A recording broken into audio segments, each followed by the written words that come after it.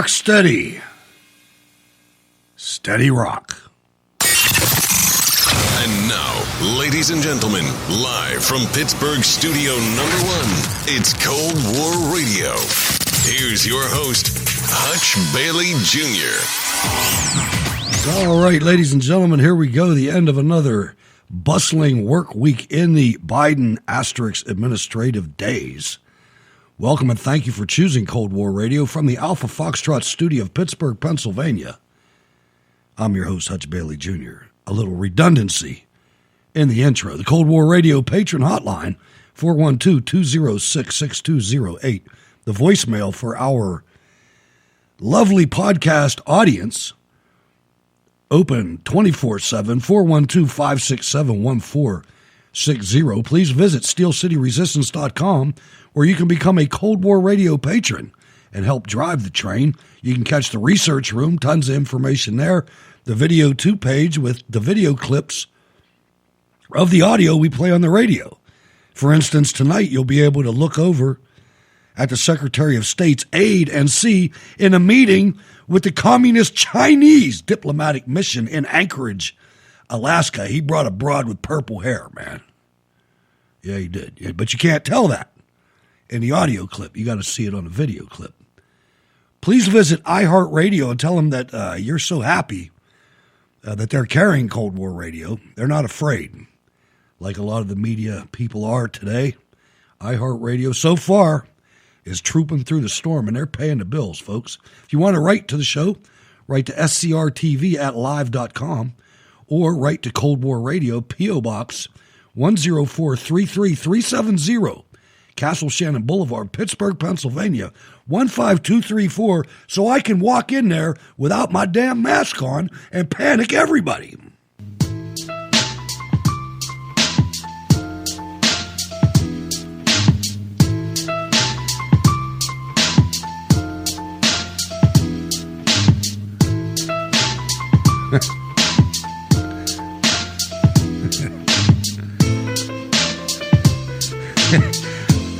All right, Jim, don't worry. I'll tone it down, man. I used the word broad, Jack. Oh, my goodness. Hey, ladies and gentlemen, from the northern neck of Virginia, let's welcome Jack to the show. Hi, Jack. What's up? Hey, it's Friday, Hutch. It is, good to man. Be here. Good to be here. We already have a very active chat room. The Cold War Radio VFW, the Spreaker chat room, is alive and well. They're already discussing the stair climbing aspects of our president. I'm sure we'll touch on that a little bit later. Oh, the picture's right there. Picture's right there. That's the picture for the episode. There's old bumbling Joe. But I'm sure there's no masks in the chat room, I'm going to imagine. Probably not a whole lot of, well, I guess beer is plant-based. I was going to say no plant-based beer, but I guess there is plant-based beer there. But who knows what's going on. Nice weather blessing us lately. March is doing what it's supposed to do and going out like a lamb. I don't know. It's a little cold, rainy down here. Oh, is it? Like Okay. All right. It was warm today. It was warm up here today, but it was cold yesterday. Ooh. We had freezing cold thunderstorms last night, at least in our area. And that, my dog doesn't like it. Big dog, like 160, 170 pound dog. That's a big dog. That dog's bigger than mine. He like many animals, when that thunderclap comes out of the sky, it's like, where can I hide? Yeah. Help me.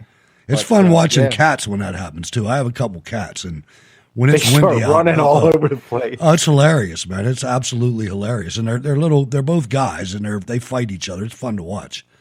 They play with each other. They don't fight.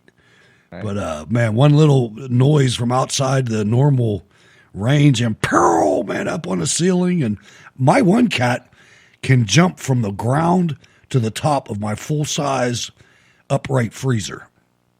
That's a hell of a jump. I mean, that's a 5-foot leap right there. I mean, it's something else to watch. On a whim, like boom. Yeah, just boom. We're there, then he's there. So I guess I'm starting to really enjoy retirement, and I know that you're off for the season. I don't know if you're going to continue working somewhere else or if you're just going to enjoy that time off. But I noticed I'm enjoying it, man. I'm looking at it like you should retire until you're 65 and then work. Really, you should be able to have a little bit of freedom. Right. I'm looking back on my work years and going, why didn't I do any of this stuff when I was working? And you remember your schedule, you know what I mean? Your schedule's so compressed, and, you got kids, trying to raise kids and everything, and a couple cars, and, you're not making the most money that you're ever going to make when you first start out, or even in the middle for most people. And even when you're young and you want to work hard and you actually overdo it too many damn times, and then when you get to the age we're at now, you start feeling it. It's like, why did I work 80 hours a week there for that one summer? Because every day now I'm feeling the effects of it. I didn't feel it then. Right. I'm feeling it every day now, and I'm wondering why my knees are bad. And then I remember the 12,000 times I jumped off a tank. Yeah. with equipment on. Yeah. And stuff I did in the fire department and whatnot. Anytime you bend over or kneel down to pick something up, you got these sounds that come out of you. Oh, I'll tell you what's scarier than the sounds is when you're down, like doing something on your knees, right? Yeah. And then go to try to get back up, and it's like, wait, man, nothing's happening. So you have the voice has to come out of your lungs to help you stand back up. And hopefully there's something to grab. You know what I mean? It's like, damn, like before you just jump up. Yeah. And now the legs are like, oh, hell no. I'm still waking up before 5 o'clock, but it's wake up, move, hear pop, pop, pop, pop, pop, pop, pop, pop, pop, and then another couple pops, and then I'm out of bed. That's every morning. I'm like, oh my gosh! I know. This is what I have to deal with.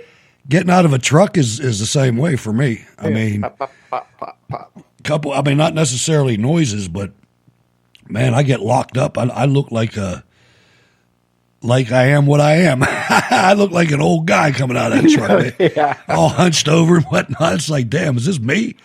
But you know what I did today though? I pulled the trigger. And I ordered a Polaris Ranger utility vehicle. Nice.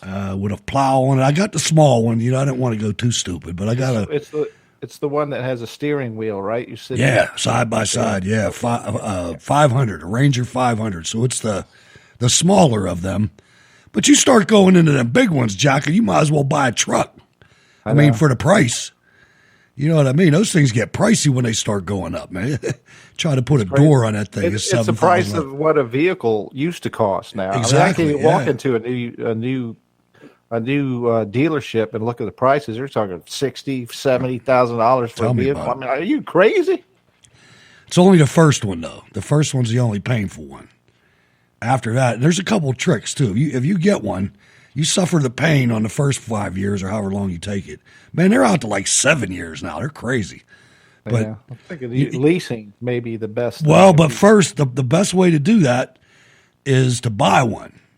And then when you get ready to trade it in, that's when you get a lease vehicle, because then you get to walk out with all that equity in your pocket. Right. You follow me? You trade the truck in for $21,000, you walk out the door with $20,000, drop $1,000 on the or whatever it is for the down payment on the lease, and that money's you. The only thing is you can only do that once. Yeah, I almost did it though. The dealer almost talked me into it. He's like, you like the new stuff coming out. You come in here every couple of years and get a new vehicle. You should do what I do. I lease. Yeah, just rotate them out every 2 or 3 years. Boom, get a new vehicle. And the payment's better. Yeah. And you just have to keep it under a certain mileage. Yeah, a certain amount of mileage, which I could do that. Yeah. But I still like having I like having it. It's that's a piece of, if you got to fall back on it, you know what I mean? It's just something that I just always did. But I don't like all the new electronics and the TV screens and all that. So I'm sticking with my old vehicles. I got a 01 Suburban and a 05 F-150. There you go. And luckily, being the mechanic in the military, I just maintain them myself and keep all of the maintenance up to date on it. And nothing wrong with that. So far, knock on wood, I'm good to go. Just watch those frames. If you got salt on your roads and whatnot, that's like the killer. Yeah. But yeah, there's nothing wrong with that at all. So it's got a plow system on it, which is the main reason I got it.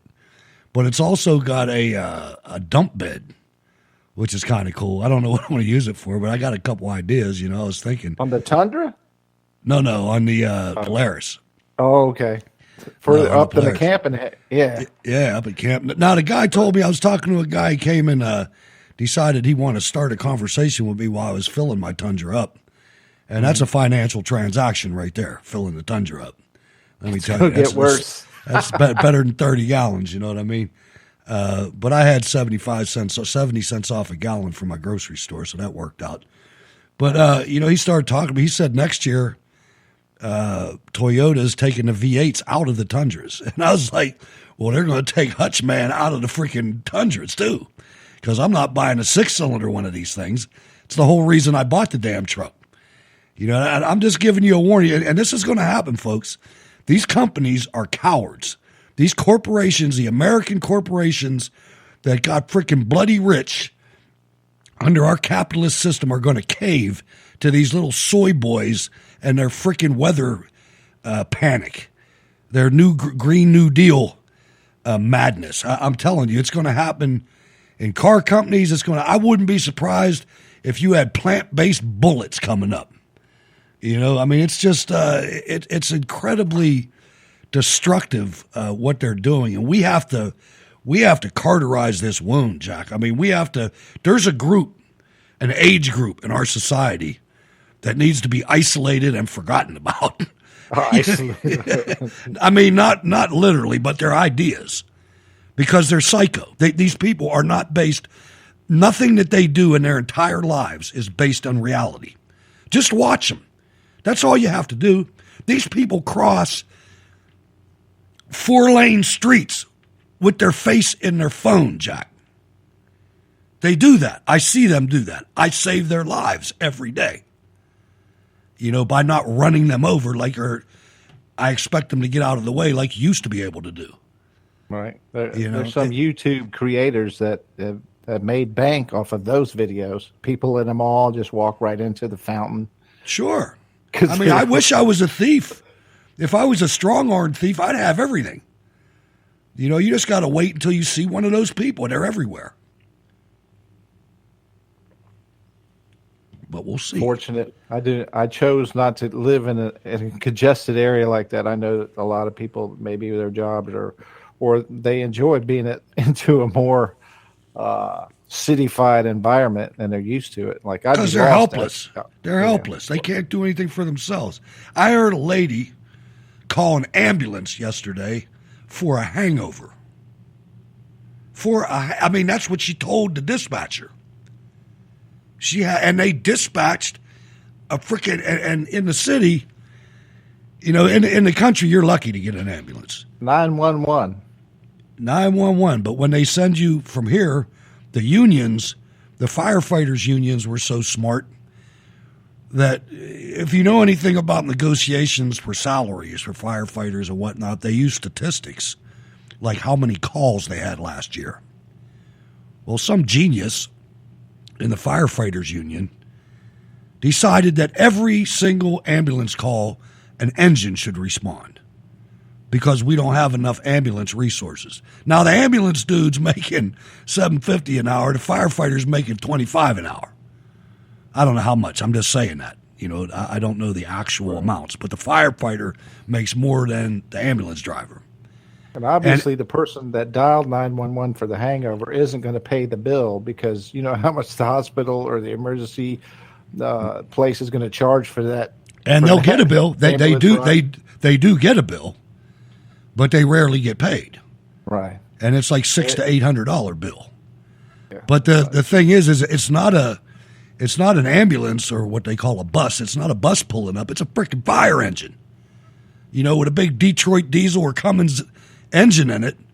And you're dispatching 4 guys because that's how many people are in an engine to a hangover. It's unbelievable, man. But it sounds like it's like we were in the military. We've seen that how numbers get crunched and money gets spent before. Oh yeah, we had 5,000 calls right? last year. 5,000 calls. We need $75,000 a year to start now. Right. And we need all new trucks. Of our budget. Yeah. And then the union guy comes out on television, and you people hate firemen. You don't even care about your neighborhood.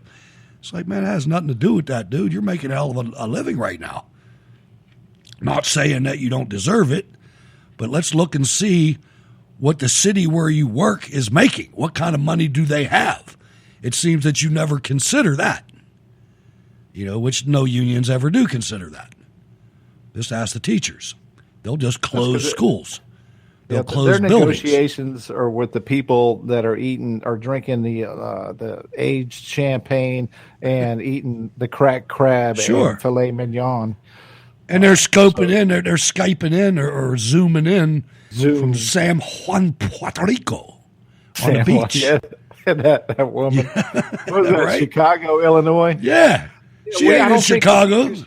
The teachers don't have to go back to school. Hold on. Where's my tropical fruit drink? Yeah. Oh, my God. Garcon, give me my drink. Garcon. Garçon. Joe Biden, man. Let's talk about Joe Biden. He's in horrible shape, man. Mentally and physically. We all know it. The world knows it. Putin knows it. Xi knows it. The only ones pretending Joe Biden is in any physical and mental shape to run the United States of America are the Democrats. The anti-Trump Republicans, the Democrat mainstream media, and his personal handler, Joe Biden. Kamala knows Joe is lost. She tag teams with Jill as handler. When the First Lady has other business to attend to, she tag teams with Jill. The U.S. fake news and media is not fooling anyone by refusing to report on Joe's mental and physical state. It's obvious to any 6-year-old, but they will never admit it. Neither will the Democrats. Here's what's going to happen, and this is by Joe Hoft at the Gateway Pundit. He's going to predict what's going to happen, and I'm going to tell you that, and we'll see what shakes out. I tend to agree with him. Look for an incident or episode to take Joe out. That might have been it on the plane. The media, by the way, ladies and gentlemen, if you didn't know, Joe Biden got on Air Force One today and fell up the stairs 3 times. 3 times in a row. Fell up the stairs. Here's what's going to happen. Look for an incident or episode to take Joe out. The media will report that Joe hit his head, had a medical emergency, or had a stroke and will have to resign and turn the White House over to Kamala. The media will cheer Joe's service to his nation. We all know this is coming, but the media will never admit they lied for years to the American public and that Joe Biden is really suffering from late-stage dementia. They will never admit this, that they refused to report the truth on Joe's mental capacity and deceived a once great nation. That's right, folks, once great nation and the world. This is how Joe, one of the most corrupt politicians we have seen in decades, will end his time in office. It's coming.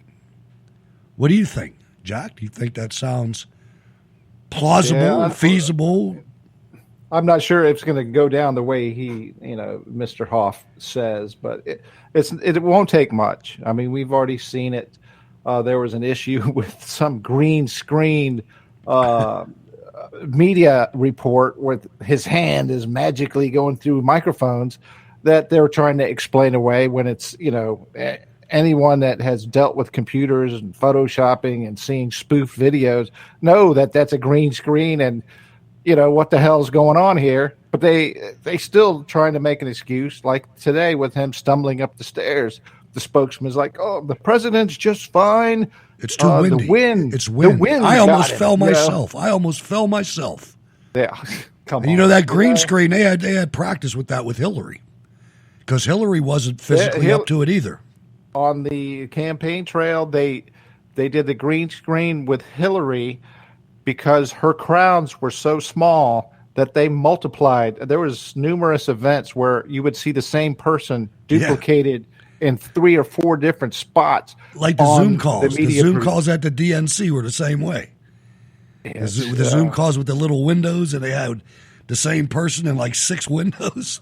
It's like, come on, guys. You're only trying to fill up 25 squares.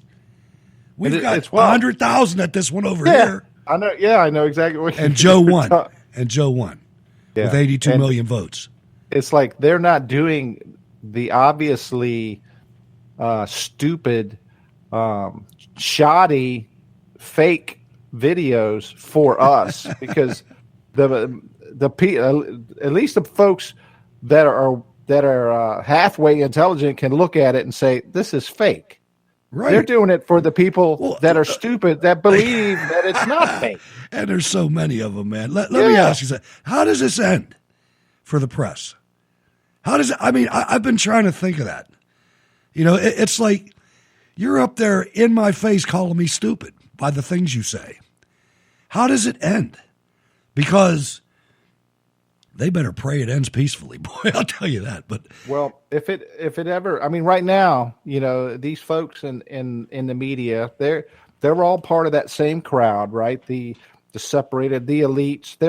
They all enjoy being part of that genre, that crew. Sure. All right, we got the in card. They let us talk. Like when Hillary was doing it, she had little gatherings with certain selected members of the press, and they were all like, "Oh my gosh, I got the VIP card. I'm hanging with Hillary." Sure. But the thing is if you look at it on the overall scale, what they're trying to do is end this nation as it was formed and founded, and replace it with one world government. And if they are ever successful in doing that, then all of these media folks that the darlings that think that they're in the in crowd, they're going to get hanged. They're going to get hanged because look at this. We get into a one world government. Guess who's going to be in charge, baby? And it's not going to be us. It's going to be China.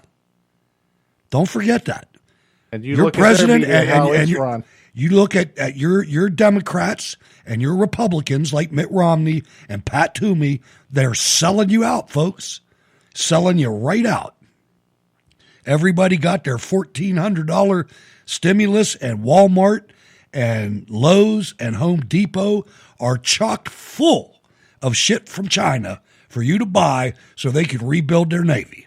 So get out there, and I mean, we're trapped. We don't have any. What they've done is they've dismantled the capability of American manufacturing. So the only place you're going to get something is from China. And go out there and even try to get that. Because everything's on back order. Everything. Anything made out of steel is on back order, Jack. From roofing to studs, everything. It's amazing how quickly, and I know we're going to cover some more of the dealings with China later on, but it's amazing. This is just on the cusp of 2 months. Yeah. January 20-something, February 20-something. It's going to be this weekend, the beginning of spring. In 2 months, you look at what this current administration has done to completely unwind and dismantle all of the positive things. All right, but let's be fair. Let's be fair, and something that I'm adamant about. The Republicans in the Senate did it. The Republicans in the Senate are the reason that we are where we are. Nobody else, folks. Nobody else. You already knew the Democrats were communists. You already knew that. You knew that going in. The Republicans in the Senate should be, every single one of them should be dispatched. Because the ones that weren't actively fighting President Trump, which means they were actively fighting you, folks. Let's just go over a couple names. John Cornyn, Texas. Pat Toomey, Pennsylvania. Thune, South Dakota, or wherever the hell he's from. Blunt, Missouri, isn't he? Yeah. I mean, you look at these scumbags. Mitt Romney. And McConnell. Lindsey Graham. Mitch McConnell. Right. There's not a good one in the bunch, folks. They're all selling us out. Every one of them. There's one or two, but they're not loud enough. I told myself I was going to have fun with this show tonight, Jack. Yeah. I remember when way back when Mike Lee was like, "Hey, Mumbai Mike Lee, he's right up there with the worst of them. yeah, he's talking Glenn about Beck's buddy. Glenn Beck's buddy. That's the only thing Mike Lee has going for him, and I wouldn't want that. You know, he's horrible. I'm kind of fond of Senator Paul. You know, even though he's on the, I disagree with him sometimes, but he's pretty much steady. I'll buy that. But he sticks to his guns, and for the most part, he defends America. He calls out when the people are trying to make money off these wars, like that's getting ramped back up again. He calls out China. He didn't like I don't think anybody likes. Well, at least, I wish we were in Canada, because if we were in Canada, everybody knows everything that's going on. Canada, everybody understands. Oh, see, A Radio said it in the chat room. I have to say that the majority of Americans I engage with have no clue what's going on, but here it's a different ball game. So I wish we were like Canada and had people that knew what was going on. Apparently we don't. But I know that. I just don't think Canada knows what the hell's going on either. They're worse than we are. But that's just my opinion. I shouldn't have sought it. I should turn the chat room off. See, I do that. I get in the chat room and it sidetracks me. I got a lot to do here. I want you to listen to Joe Biden. He's like a pentathlon athlete, man. He's out there. He can just do it all. This is what he said before he fell, back when Trump was president. Step or two. What's your response to that? Look at how he steps and look how I step. Watch how I run up ramps and he stumbles down ramps. Okay? Come on. Come on, man. Damn, Joe, you fell up the steps 3 times, dude. Did you see that video?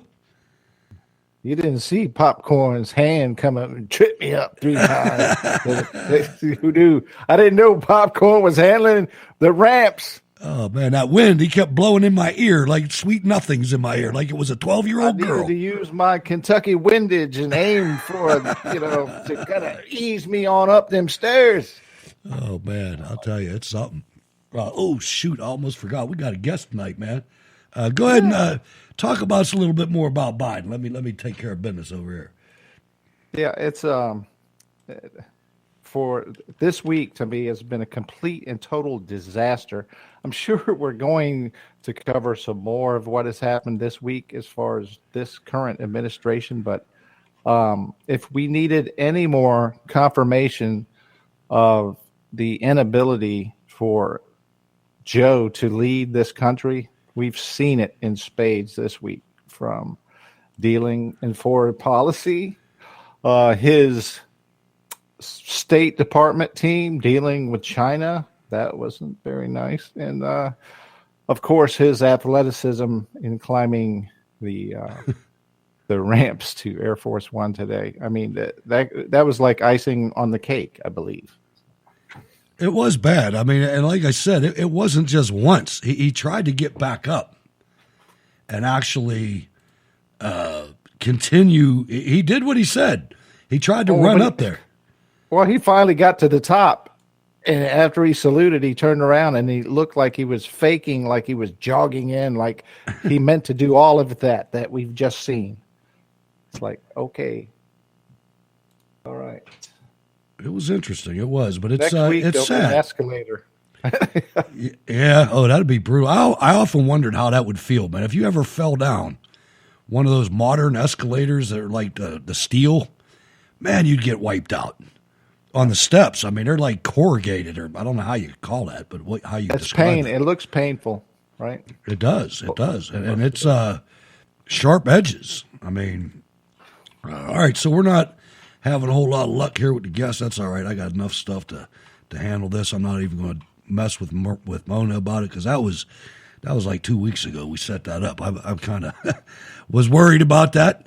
Ladies and gentlemen, we did have a doctor. I think he was on the show before, but I couldn't find him in the archives, Dr. Bruce Hartman, to talk about we that. Hook back up. Yeah, it looked like interesting information. He had a book. He was, what he wanted to talk about, and Yeah. Hopefully we can get him rescheduled and get him back on the show. Yeah, we'll do that. We'll figure that out. I'm supposed to call Mona, but I'm not going to even go there. It messes the show up too much.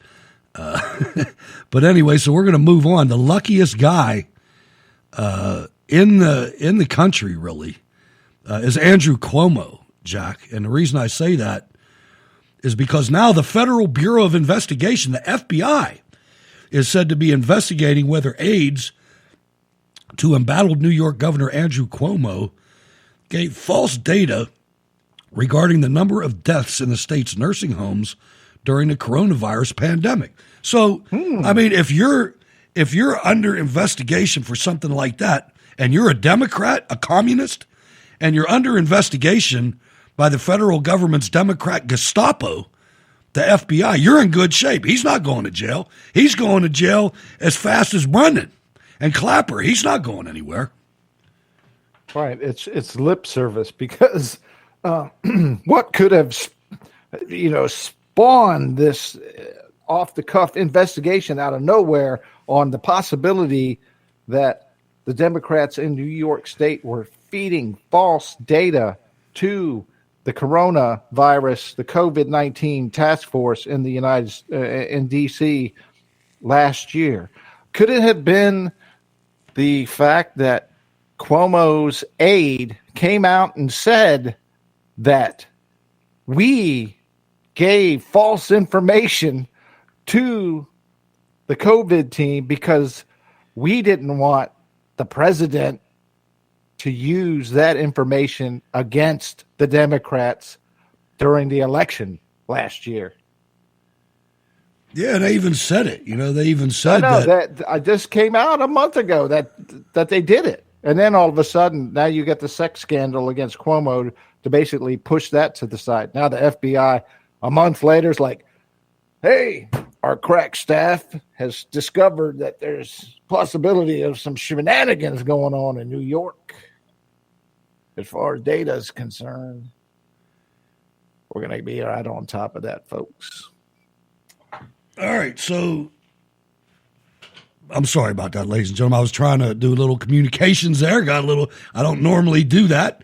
But yeah, the guy's lucky, man. You know what I mean? He's that's who you want to be under investigation by in these times, is the FBI, because they suck. Unless you're conservative. If you're conservative, it doesn't matter what you get charged with. You're going to prison. The irony of this is this time last year, right? And in the beginnings of the COVID-19 deal, this was about the time where he was crying and screaming that they needed ventilators and stuff. And it was almost the time where the president sent the Liberty or Mercy, both of them, one to each coast, one to each communist headquarters. Sent it up there, and the mainstream media, because at this time there was no concrete Democrat candidate for president of the United States. Oh yeah, they were saying it was going to be him. They were saying it was going to be him. We need Cuomo. This guy is the most obnoxious, cretin, knuckle-dragging urban gorilla that I've ever seen. I can't stand this guy. He is somebody that I would not allow in my house. That's how disgusting he is. He's a wannabe mob guy, That's right? exactly what he is. That never did anything in his life. The only fights he ever got in were at the Ivy League school, and he was probably picking on some kid. That's it. He's a slob. And I can't believe New York has such low standards. I mean, I don't know. They had his father in there for quite a while. So maybe his father was closer to a mob guy than his kids are. He was a little bit refined, though. They're not even refined. It's the difference. It's like the difference between Carlo Gambino and John Gotti. John Gotti's Cuomo, the young Cuomo, all day long. Right. Freaking loser. But his dad, Mario, man, he made a name. He's the only reason those two have jobs. He had respect. Yeah. He demanded respect, but he also gave respect with who he was dealing with, right? Yeah. I mean, he was still a leftist. He was a leftist as bad as the rest of them. I mean, but who knows? We'll Keep an But eye his on it, kid- but don't look for him to go to jail, though, is all I'm saying. No. Not with the FBI. The FBI is a fake organization. I mean, that's the Gestapo all day long. Sorry, it is what it is. I'm sorry there's not enough agents in the FBI with courage. It's sad. It really is. If you're an I FBI wonder agent, F you. Wonder what American citizen they're lining up for the next sacrificial lamb. You know, Oh, when yeah. they need an arrest. Well, they're doing it with the fake insurrection. They're arresting people all over the country. They just arrested a lady here the other day. They're doing it. Those guys are. There's people that have been in jail since the 6th. Yeah, no bail. No, and some of them are in county jails that are nasty. I mean, it's America. Wake up, man! I'm telling you, they got guns and they're there, and they're not your friend. The FBI is not your friend. Prove me wrong, FBI. Do something good. Put the son of a bitch in prison. I'll change my tune. You know what I mean? You got to do something. Who knows? This FBI announcing that there's an investigation might be the powers that be putting more pressure on Cuomo's like, hey, you son of a bitch, we're giving you an easy out here by philandering and these accusations of whatever you did with these women, whether you did it or not.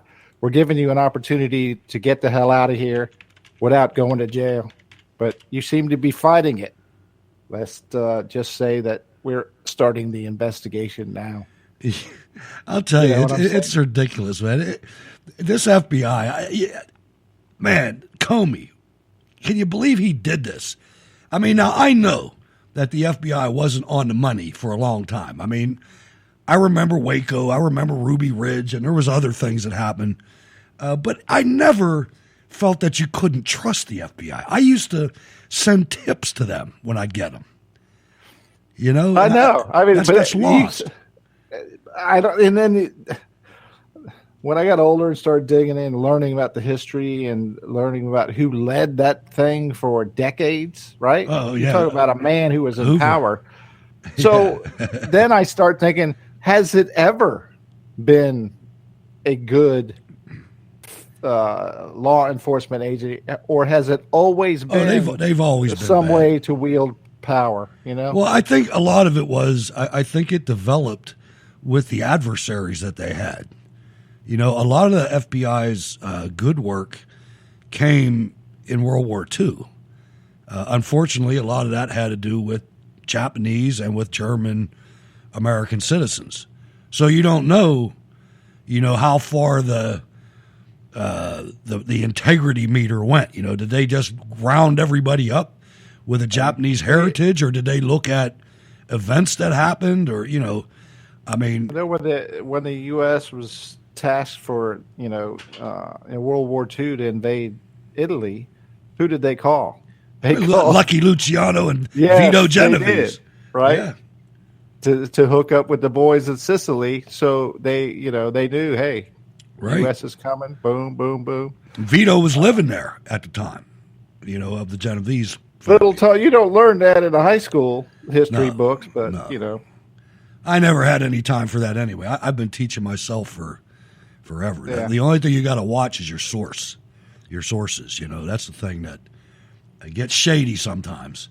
read much, analyze, and then kind of work your way towards, your version of the closest to the truth as you can get, Sure, and that's a fact. I mean, so today on Fox and Friends, House Minority Leader Kevin McCarthy, Republican California, addressed the situation at the United States-Mexico border after recently taking a trip with other lawmakers to see the crisis firsthand. McCarthy described the situation as more than just a crisis, calling it a human tragedy because of the surge of immigrants that he noted are not being tested for COVID-19. He urged Biden to reinstate former President Trump's immigration policies to solve the problem. And I went into this, Jack, with the idea that I don't trust anything McCarthy says or any other Republican says when it comes to immigration, and I'll explain that as we go here. But then I went and researched it a little bit, and apparently McCarthy, who's from Bakersfield, guess who else is from Bakersfield? Schiff, I think. But, or at least Buck, Ed Buck, whoever that guy is, the guy with the black kids. But apparently he caught a lot of heat because of his immigration stances with immigration allies in California, in his own district. So, initially I was going to come on the show and tell you guys, don't listen to a damn word any Republican says about immigration. But I might be wrong about McCarthy. I'm not sure. But you know what I mean in general. And I've got proof coming up, baby. I got names. These Republicans are scum. They're scumbags to the core. There's so few good Republicans out there. We have to regroup, folks. We have to. We have to figure out a way to remove incumbents. And I'm not sure how we do that. Now, I think if we ever had a chance to do it, it would be now. It's got to be. It's got to start now because next year is election year. Exactly. And if you don't make any headway in 2022 in reversing what's going on right now, you're basically going back to the starting line because they are in full force effort. Both sides, the Uniparty, like we talked about, they are in cahoots to completely and totally get everything they want into place in case something like Trump happens ever again, because they're not going to take a chance. They're saying, okay, we got enough of our swampians in. We've got the Supreme Court, which basically wants to twiddle their thumbs and do nothing. And we have a president who can't climb a set of stairs and knee pads backing him up. Boom. It's go time. So they're going to. And the thing is the stereotype they use for white supremacist type GOP politicians is who these people are. They're not even all white, but they're the ones that they're soaking the money in from China and from manufacturers, that are using slave labor in Mexico and China. 30 GOP legislators voted for a Democrat farm worker amnesty that would push many Americans out of jobs, push billions of dollars of payroll from rural towns to foreign countries, and slash investment in wealth-creating farm machinery.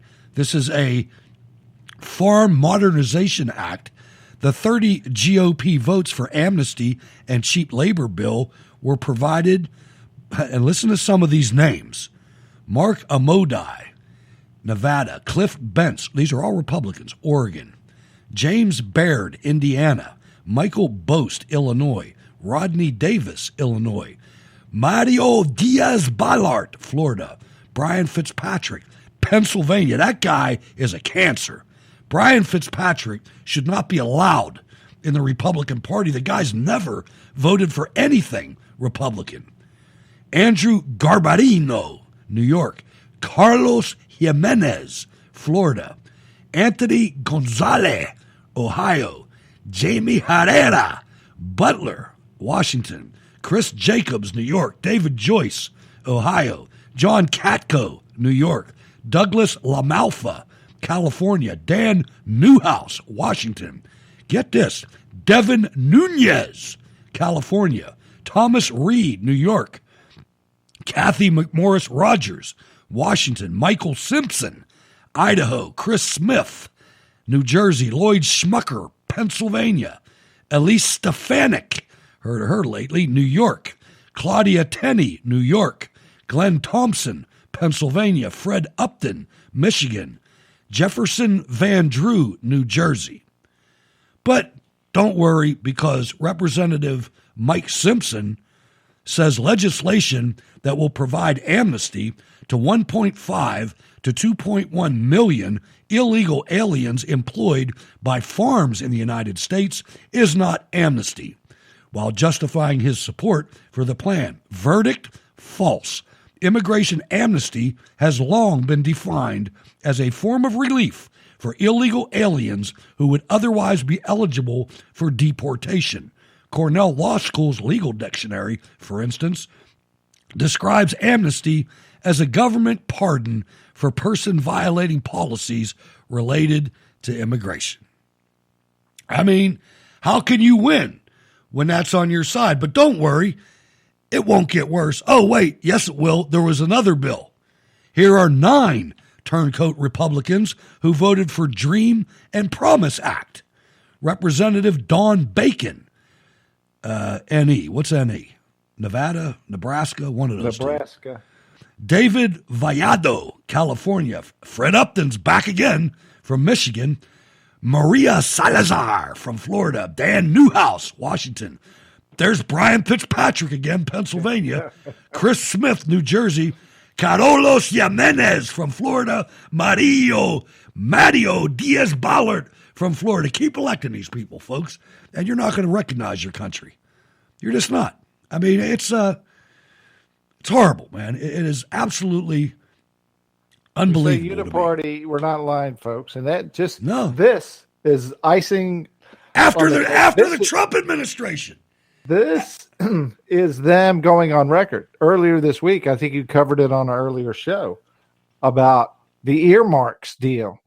These Republicans did a silent ballot or a secret ballot on whether the House Republicans were going to support or continue to oppose earmarks, which have been out since 2010, I think, with Boehner. Yeah, he's the one that he came out there and pretended like he was conservative for a minute. Right. I remember that. You know, earmarks that's the king scumbag. King scumbag. Let's just say that's the pay to play. That's like, hey, I could take this back for my district and make sure I'm greasing my That's the John Boehner Memorial Bridge. Right. Yeah. So they did that in secret. That right there is a betrayal to every Republican that supports the GOP. And don't just consider it a betrayal either. Make sure you realize that when they do that, they are showing you in graphic detail that they know damn well you're stupid. This ain't Canada, man. This ain't Canada. Yeah, a secret vote. They're going to vote secretly, so they already know what they're voting on is wrong to begin with, right? But they think you're too stupid to figure it out. You know, they do. They actually believe that. They believe, these hillbillies, they don't know what they're doing. They think we all live in trailers, man. And who cares if we do? You know, it's, by the way, I do have a trailer, but it's upstate. Hey, some people choose to live in a motorhome and travel across the country. That too. Sometimes I feel envious, you know. I know. Especially when they tow that little car in the back. Yeah. The little grocery kit. I knew this couple. All right, we're going to mellow out a little bit here. I had a camper on a campground in northern Pennsylvania, north central Pennsylvania, and it was on a campground. It was a rental. You know, I rented the site. It was $1 a day plus gas. And my neighbors at the campground had a little 28-foot camper. And, I mean, they had a washing machine. They lived there full time. They had a washing machine on their porch.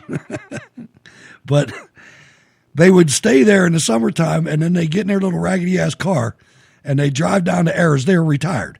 They drive down to Arizona, where they had the same setup down there.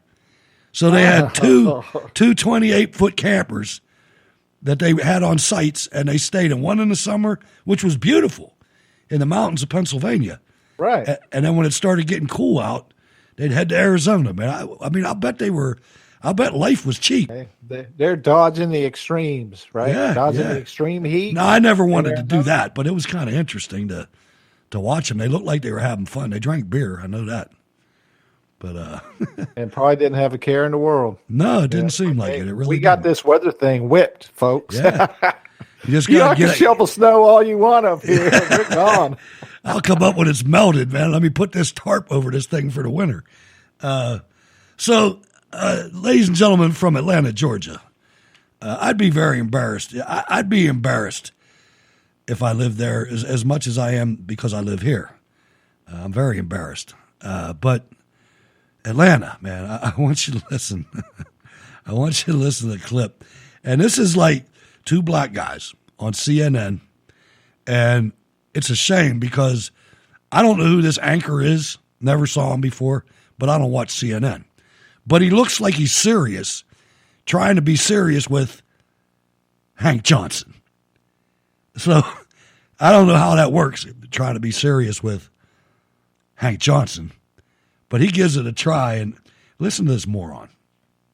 Here for a few moments because I want to focus on that House hearing that you were part of over Asian American discrimination on Thursday. It got heated at one point between Republican Congressman Chip Roy of Texas and Democratic Congresswoman Grace Ming of New York. And this is what Congressman Roy, this is what he said that's getting a lot of attention. Now we're talking about whether talking about China, the Chi-Coms, the Chinese Communist Party, whatever phrasing we want to use. And if some people are saying, hey, we think those guys are the bad guys. Your president and your party and your colleagues can talk about issues with any other country that you want. But you don't have to do it by putting a bullseye on the back of Asian Americans across this country, on our grandparents, on our kids. Congressman Roy tells NBC about his opening remarks in part, quote, we need more justice and less thought policing. No apologies. What say you, Congressman? Well, you know, yesterday's hearing has been 30 years in the making. It had been set a couple of weeks ago, and it just coincidentally happened to occur just 2 days after this mass murder against AAIPs, and it to have this hearing at an opportunity to show solidarity and compassion for the AAPI community. Chip Roy, my colleague, could not help himself but to express those old racist, xenophobic ideas about the Chi-Coms and anything else you want to call them. It's, I think, what he said. He even went back to the old-fashioned institution of lynching and sanctioned it in this country. And this is at a time when people needed they needed some healing. They needed to be assured that we are with them. And so it's very disappointing that that attitude still exists. There's a vein of it running through our Congress, people expressing those attitudes. And Donald Trump is the one that gave the signal to open the floodgates, and it's okay to speak like that and say whatever's on your mind. And when it comes time or an opportunity for you to apologize, you are still too arrogant and self-centered and lacking in compassion to even acknowledge that perhaps you offended someone. Couldn't even get that out of Chip Roy. And it's Congressman Johnson, Congressman Johnson, really quickly, I want to give you an opportunity because you just said that Congressman Roy, in his comments, endorsed lynching, and I'm not sure that's what you meant to say. I just wanted to give you an opportunity to clarify. I did. I absolutely meant to say that he endorsed the old-fashioned institution of racism. I mean, of lynching. I mean, he talked about we need to get out back and find the tallest tree and get our rope and bring some folks to justice. That's old-fashioned lynching. No way to cut that piece of cake other than that way. Congressman Hank Johnson, we will leave it there. Congressman, thank you for your time, sir. I do appreciate you. Every day. My man was like, what am I supposed to do with that? What can I do with that? That's like some strange fruit hanging out in the third balcony of the Capitol. Yeah. I went and watched the entire 7-minute segment that Roy did on the committee floor. Right. And I understood what he was meant. He was talking about justice for criminals, and he was talking about, he probably could have used some better terminology, but he was speaking back in the Wild West days where they're like, if you had horse thieves or whatever, you had quick, swift justice. You got the criminal, you found the tallest tree, and you hung him. Sure. It had nothing to do with lynching. That his party did, racially, by the way. That his right. party did, against his own people. But that's, nobody cares about that anymore. Yeah. There's not a whole lot of memorials for all the white Republicans that were lynched. You don't see that, although there was 1,800 of them, I think. That's going on the Hank Johnson Greatest Hits album. Yeah, what a guy, man. Capsize. The guy's nuts. I mean, he's not nuts. The guy's worthless is what he is. I think he's 100% real in what he's saying. He's just like on another planet, but he's perfect for a mouthpiece for what he does. He's very good at pulling this race deal, and it's all he does, really. That and talking about helium. I mean, there was a couple bills the that capital involved helium. thing, right? With the strange fruit, they were going to hang me from the balcony like strange fruit, and then you got this where he was talking. Roy was talking about swift justice for criminals, but he couldn't resist. He had to go there. He had to pretend. He had to pretend he was a Democrat. And he had to talk about lynching. See, that's the thing where 30 years in the making, right? Yeah, that's what he said. 30 he did. years in the making. Yeah, that's what he said. It had nothing to do with the Chinese whores that got shot. And it's not their fault. Whores are good citizens too. But it is what it is. The guy is a sexual deviant. He told everybody that. And they had to make it. What the hell is the AIP community anyway? I think I wrote it down because I asked the chat room AAIP, but I think it's Asian American. Oh my God! Pacific Islands. Stop it! Right? They're Chinese. They're Chinese. Wild how the Democrats are supposedly the party of inclusivity. Yeah. Right. Well, they are the ones when they say Asian. Holy shit! Every kind of race that there ever is Asian.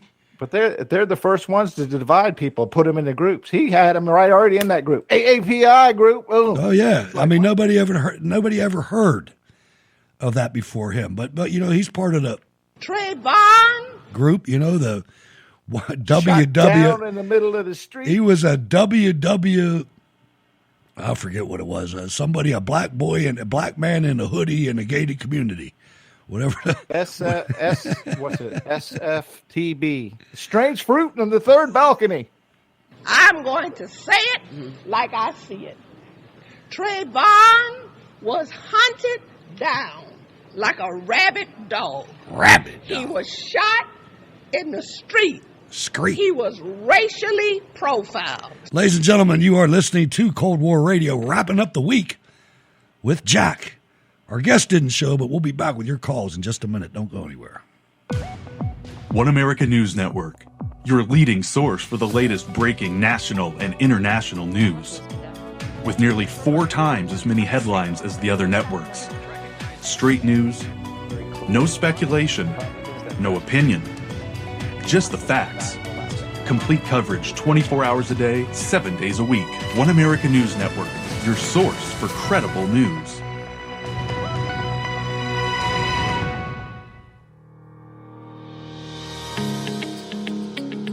A representative republic, not a democracy. Cold War Radio celebrates and defends this Monday, Wednesday, and Friday, 8 to 10 p.m. Eastern. I'm Hutch Bailey Jr., your host. Ward, Sal, and Jack are my wingmen, and your live calls let it all make sense. Join us, Cold War Radio, live on Spreaker and forever on all podcast platforms. But why, some say, the moon? Why choose this as our goal? And they may well ask, why climb the highest mountain? Why, 35 years ago, fly the Atlantic? Why does Rice play Texas? We choose to go to the moon. We choose to go to the moon in this decade and do the other things, not because they are easy, but because they are hard. Because that goal will serve to organize and measure the best of our energies and skills. Because that challenge is one that we're willing to accept, one we are unwilling to postpone, and one we intend to win, and the others too.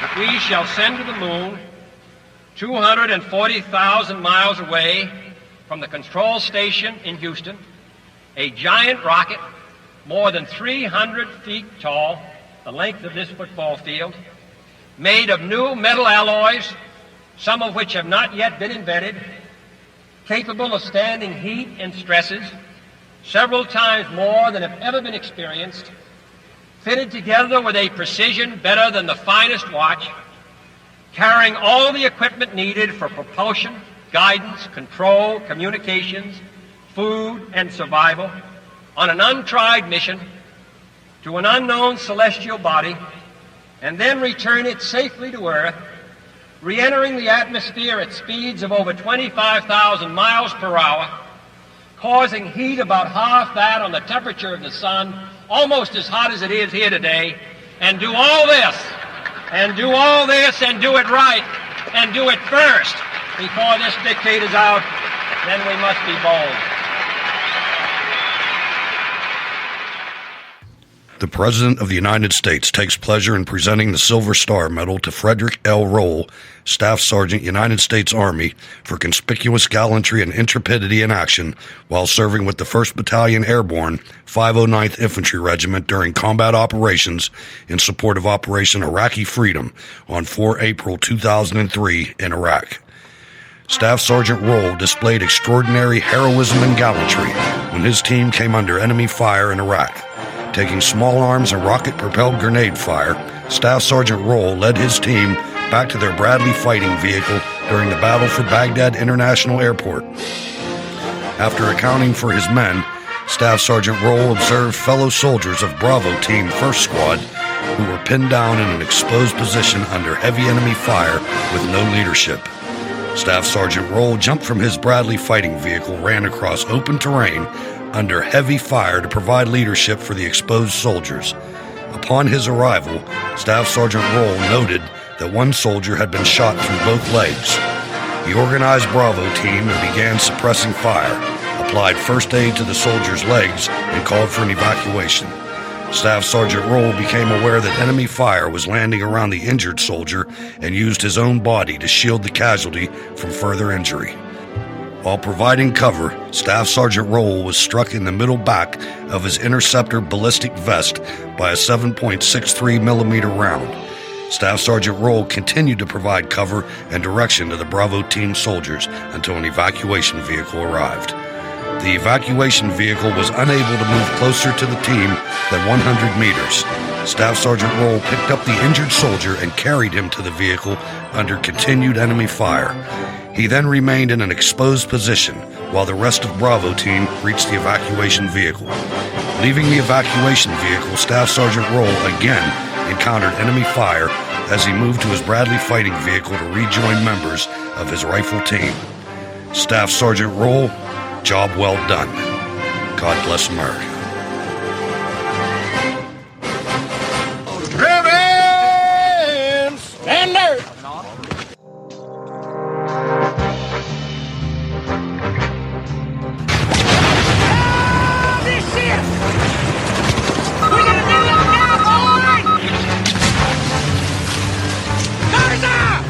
Get your stupid ass down! Ain't nothing for you to shoot at!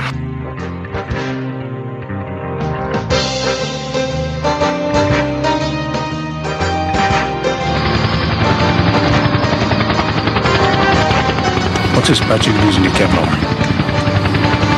It bounced off my head, Sergeant Major, last night. Bounced off your head? I was up on the 50 cal and the Humvee went over a berm, Sergeant Major. That Kevlar wasn't yours to lose! That was the property of this United States Marine Corps! Belonged to every Marine! Got your paperwork to secure that Hendrick! You jeopardized every Marine serving today! I was considering NJP in your office. Sergeant Culver! This is what happens when you don't enforce grimmer standards. The man's gets all lax, and another standard falls. Stuff out here stops you use chin strap, goes over a bump, Kevlar goes flying off his head. and our protective posture is weakened.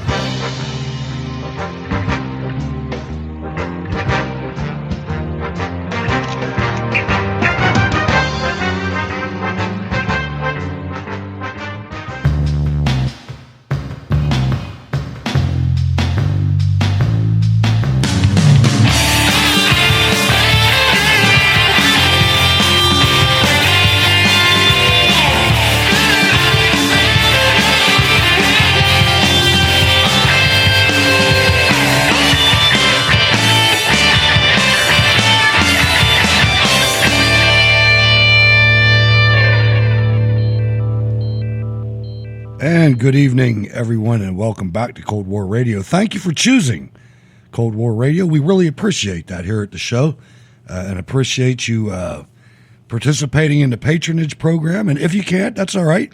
Please share the show, though. That's free. And contact iHeartRadio and let them know how glad you are that they carry us. I mean, they help us out a lot because they take a lot of the burden away from the actual show, so we're able to use the donations in other ways. In other words, every co-host and people that work on the show, they get a piece of that, and we're able to keep the best equipment around. We're still working on some glitches up at camp. I've isolated it down to the mixer, not the mixer, but a mixer, and possibly some driver problems with that because it works without a mixer. We'll see. But anyway, we're going to go to the phones in just a second. First, now that Joe Biden is president, this Democrat representative claims that it's not appropriate for journalists to cover any border facilities. Okay, I was asking if you thought it'd be helpful if he went to the border, but I guess my last question for you then is on transparency. You just heard our Priscilla Alvarez reporting from the border. All of our reporters down there have been asking nonstop to get into these facilities where Alejandro Mayorkas just said are not meant for children, the CBP facilities. Are you concerned at the lack of transparency from the administration not allowing any journalists inside?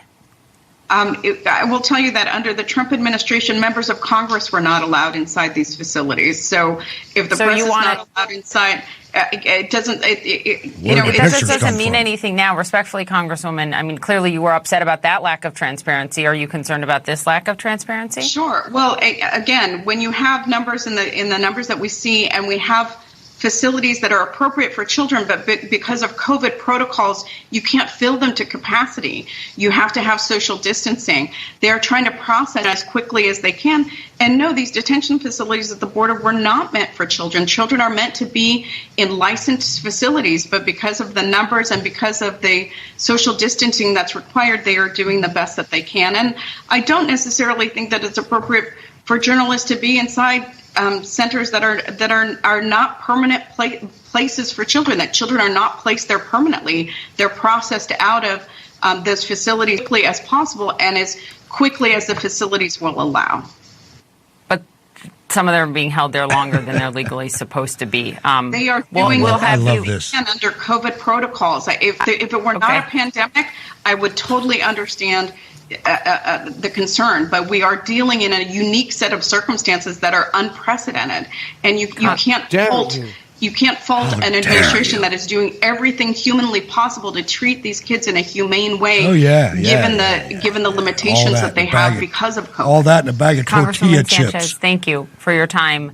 Obviously, you're a leading voice on this. We Congressman Sanchez. Oh, check that out. Obviously. See, now the media's pissed off.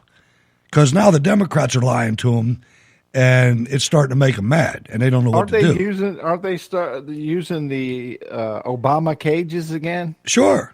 Oh, of course they are. Of course they are. We have to keep them separated. Yeah. All right, so I'm going to jump the line a little bit on the phone calls just because I got a caller here, and I'm pretty sure it's Regina. I hope it's Regina. But my guest was supposed to call, and there's no information. Regina's got this CIA thing going on with the phone.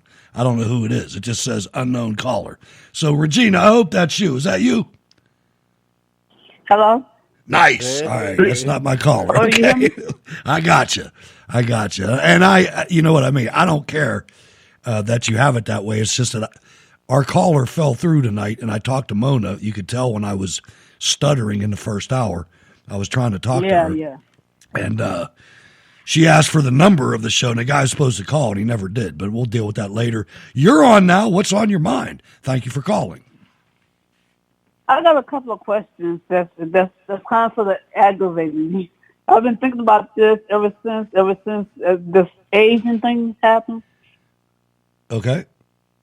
Okay, my question is, don't you know back in the day when they had the Bloods, the Crips, and all that stuff, and they was all black gangs, all black gangs, pretty much. Sure. I mean, but there was Hispanic gangs, there was Puerto Rican gangs, the Latin Kings.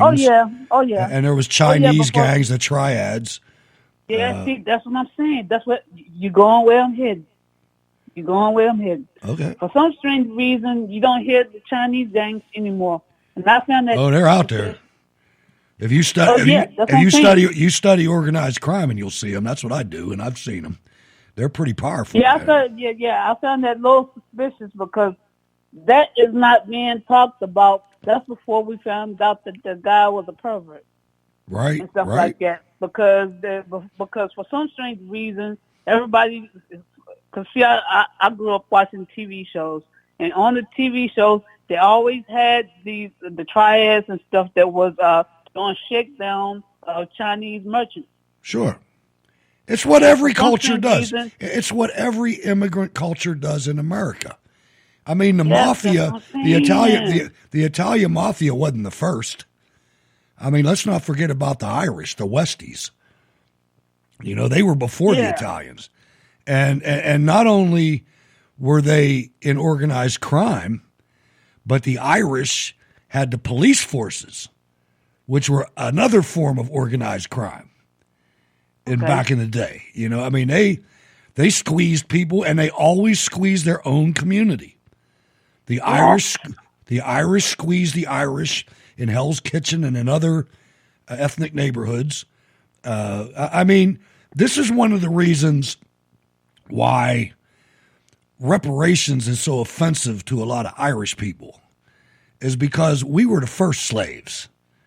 You know what I mean? I mean, we were. If you look back, you look back at Irish American history, or just Irish history in the world, and we were the first scumbags, man. I mean, we were. You look at some of the artwork that was used to depict my people, well, not my people, to depict Irish people, and it's horrible, man. I mean, we look like half animals and half people. You know, but that's just that's human nature. It's what happens. Yeah. You get the hell over it, and you take over your neighborhood. And that's what we did.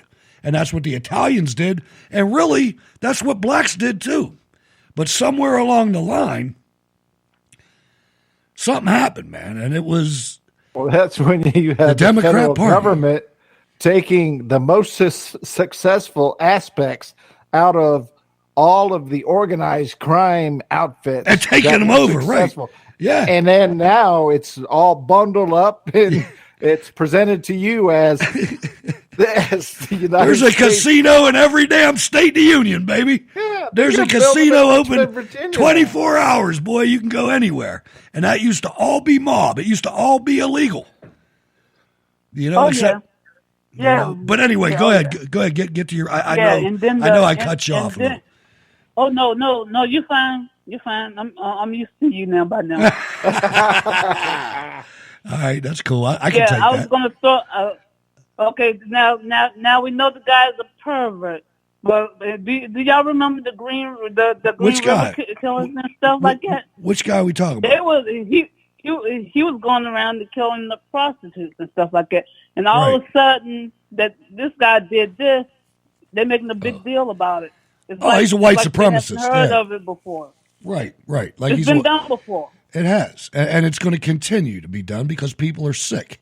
And when you put this much pornography availability for everybody all the time, 24/7. I mean, when I was a kid, I had to work to get some pornography. You know what I mean? I had to steal a magazine or something, or I'm kind of old. You know, I look up at the clouds, and be, ooh, look at that cloud formation up there. No, I'm just saying it was harder. Now it's like right there. It's on your phone now. A fort in the woods. Yeah. With a box in the corner. Right. Indeed. Some contraband. some magazines over there. Oh, yeah, and don't y'all remember they had a whole lot of arrests about this spa thing and stuff like that? Yeah. When I found out there was doing the sexual stuff in the spa. Mm-hmm. They had a lot of that. Don't y'all remember that going down? Yeah. See, that's what I'm saying. And now the thing is, you look in Washington, and there's a concentration of these sick bastards there. I mean, there's people there like from both sides of the aisle. I think that's one of the things that draws people to government. I mean, and I used to think it was just the Democrat Party, but man, we got him too. What was my man's name, Jack? Hastert, Speaker of the House. Speaker of the House. Hastert, sitting in the damn shower or sitting in the locker room in a chair, watching these young wrestlers take showers, and who knows what else that he's doing with them. Oh yeah, and that to me that's a big problem, man. It's a big Where do you hear my winners and losers? But go ahead. Yeah, and I mentioned this a while back. Y'all probably didn't pay no mind to it. Y'all probably gonna be slightly disturbed by what I'm about to say. I think Newt Gingrich has something to have involvement with all these. He might. He's a weird dude. He's a weird cat. Because I remember when he got in trouble way back when he had the sex scandal a long time ago. Well, see, the only sex scandal I remember with him is he had and correct me if I'm wrong, I'm not sitting here to protect that guy, but his wife was terminally ill. And while she was terminally ill, he hooked up with this. Did you watch 101 Dalmatians, Regina? Did you watch that movie? No.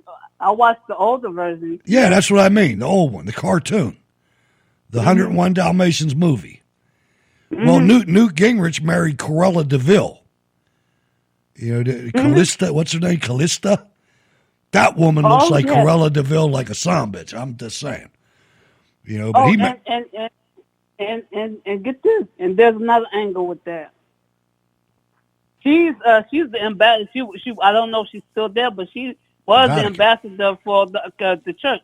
The Vatican. Yeah, no, of course she's not there anymore. I mean, I would imagine Biden fired her. Yeah, so I'm thinking to myself, she's protecting her darling sweetheart by her being in that situation. I believe she was trying to protect her darling sweetheart from getting in trouble. Because I think Newt got his fingerprints in all of this. That's why he might. That's why he should have went further though. I mean, I don't know his sexual proclivities, but I know that the guy's pretty smart. I know, but I kind of sort of like Newt. He looks the part, man. I kind of sort of like Newt, but Newt sometimes shows his evil side. Yeah. And you know that there's something wrong and stuff like that. Sure. And you can't put your finger on it, but you know he ain't doing something right. He is a creepy individual, man. You're right about that. The dude gained a lot of weight too. He must be making some money. You don't rise to the top levels of the House or the Senate with no money. With no money, Jack. The dude had no money. You don't rise to those levels unless you have sold some part. Yep, you're right. Of your soul that you are already bought and paid for. Because we keep talking about this woman that showed up when Trump was elected, just so happened to be former Vice President I'm shooting at ducks. Cheney. Yeah. His daughter came in as a freshman congresswoman and was assigned leadership. top Number three. leadership position. Number 3, boom, right away. And guess by who? Paul Ryan. And guess who told Paul Ryan to do it? John Boehner. And guess who told John Boehner to do it? The Koch brothers. Mm-hmm. Just saying. Oh, and then there's another person that I kind of sort of got slightly figured out. Mark Meadows. Somebody's got something with Mark Meadows, because Mark Meadows should have left President Trump after he got out of the White House, but for some strange reason he's still with President Trump, and I found that a little bit suspicious. I think Mark Meadows knows that he's much safer with President Trump than with his crew, so I think that's what Mark Meadows is doing. Mark Meadows is trying to save his life. He didn't impress me. He didn't impress me at all. He started to, but then that died real quick. How about, what do you think about Devin Nunes voting for the Dreamers Act? I think Devin Nunes got caught up. He got caught up. Man, I'll tell you, we got a hell of a fight ahead. Hell of a fight, Regina. Your final comments, man. Devin Nunes got caught up, and plus he lives in California, and plus he's dealing with McCarthy. Plus his name is Nunez. Right. So your final comments, Regina. I got a bunch of people behind you. I like talking to you early, though, where the show's not already over, and I get to have you for a couple minutes. But final comments. Yeah. Have a great weekend. Oh, my final comments is that this Asian thing is aggravating me because it's just irritating me, because I'm like going, why y'all doing that? Nope. What's wrong with y'all? Me either. I'm not doing it either. You know me. It's either stupid or it's not, and that's stupid. Thanks for calling, Regina. Yeah. Always appreciate it. Okay. Bye-bye. All right. Regina from Virginia, ladies and gentlemen, from Richmond. Thanks for hanging on. Rico, you're going to be up next.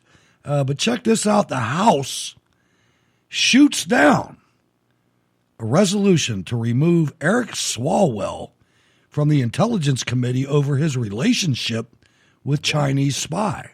Guess what, Jack? Oh, surprise. 3 Republicans voted present. And not for the, and I don't know who they are. I tried to go on the House of Representatives.gov. Right? Yeah, 3 of them. Neither here nor and there. the article, they're so illiterate at the Gateway Pundit, it said voted president in the article, but I transcribed it and made it present. Unless they voted for the guy for president. I don't know. It could be. But if anybody wants to research that. Yeah, he was. Hey. But, I mean, can you believe that? Can you believe that the Chinese are in the GOP, folks, and don't doubt me. Don't doubt me on that. Rush Limbaugh's dead, so I'm going to start saying that. Don't doubt me. You say the GOP is in the Chinese, right, with Turtle the other way around. And his wife. The other way around. The Chinese are in the GOP. All right. All right. They're in the club. For me. They're in the club. But you have at the golf course. We've got a story coming up, which is completely the way that the United States should be handling this situation in regards to spies. Isn't that one of your winners and losers even? Oh, yeah. You know what? We ought to do that right now and get this, because we got 3 more callers. So we're never going to get through all this stuff. I don't know why I put all this shit on here. But anyway. Can we put the callers off just a little bit and do the winners and losers? But you got to cover that story. No, we're gonna do a bunch of stuff here. But hang in there, folks. Right. We'll stay on longer if we have to. I'm trying not to do that. But yes. Ladies and gentlemen, your weekly jihad report, because we're going to do it all. 34 jihad attacks, 244 killed, 221. 1 week, guys. 221 injured, 4 Allahu Akbars, all occurring in 8 countries. And this freaking mope Doreed Aboud wants to buy my damn house. Kiss my ass, man. The religion of peace atrocity of the week. Armed men in southwestern Niger killed at least 58 people when they intercepted a convoy returning from a weekly market and attacked a nearby village, the government said. The attacks on Monday occurred in the Tilbury region, which is near the border. Oh, have you heard these countries on the weekly jihad report? Is near the border with Mali and Burkina Faso, and has seen increasingly deadly attacks by Islamist militants active across the region with links to Islamic State and Al-Qaeda. Other recent misunderstandings of Islam, on the 16th in Mali. Jihadists on motorcycles ambush a local convoy, taking 33 lives. On the 16th, we just spoke of Niger. Jihadists suspected of machine gunning 66 villagers in cold blood. On the 15th, in Afghanistan, 5 female telecom employees and a child are ripped through with jihadist shrapnel. On the 14th, the Democratic Republic of the Congo, over a dozen villagers are brutally executed with pickaxes and machetes. On the 14th, in Yemen, 3 children are among 18 killed when Ansar Allah fire a missile at a school, but the Biden asterisk administration took them off the terrorist list. On the 12th, in Afghanistan, women and children are among 8 blown to bits by Shaheed, suicide bomber, the religion of pieces, ladies and gentlemen, one body at a time. Allahu Akbar, Allah.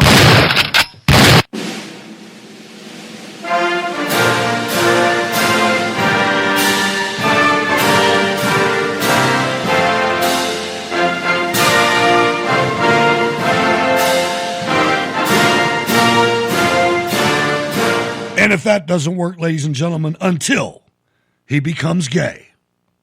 When Captain America throws his mighty shield, all those who chose to oppose his shield must yield.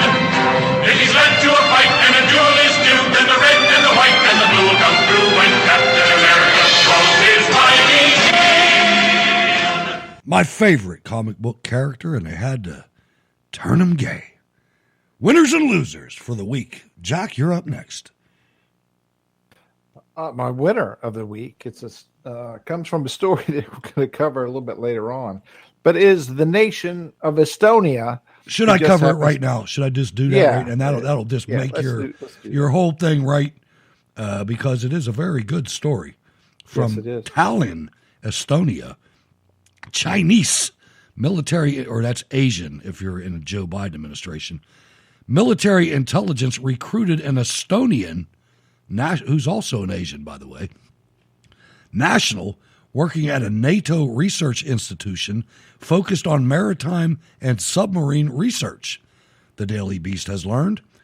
The spy, Tarmo Koots, renowned in the Estonian scientific community for his research, was convicted last week and sentenced to 3 years in prison. The Baltic countries' intelligence services had warned for years of the growing Chinese threat, but the conviction was the first of its kind. So far, Estonia's counterintelligence service, known domestically by its acronym CAPO, that's K-A-P-O, that's Kilo Alpha Papa Oscar, has been praised for its success in catching spies recruited and run by Russia. Jack, continue. Yeah, I mean, you stumbled upon it at the Daily Beast. I stumbled upon it at Breitbart. And what we're talking about is Eastern Bloc, right? Former Eastern Bloc, Soviet communist. We've talked about it many times on the shows. Hungary and other nations. Estonia must be. These are the Balkans. So this is one of the Balkans, and that's your Czech Republic and your all that whole. Up there, part of the Cold War, right? Free countries now on the eastern side, and in the Breitbart article, a spokesman is saying we usually deal majority of our dealings with intelligence and spies is with Russia, right? Because they were once part of the Soviet Union, so they've already got the channels, the back and forth, and all that stuff that they're probably weeding out. But they say they're starting to get into where China is in their midst, And this guy was arrested quietly, without fanfare, wasn't reported in the media last September.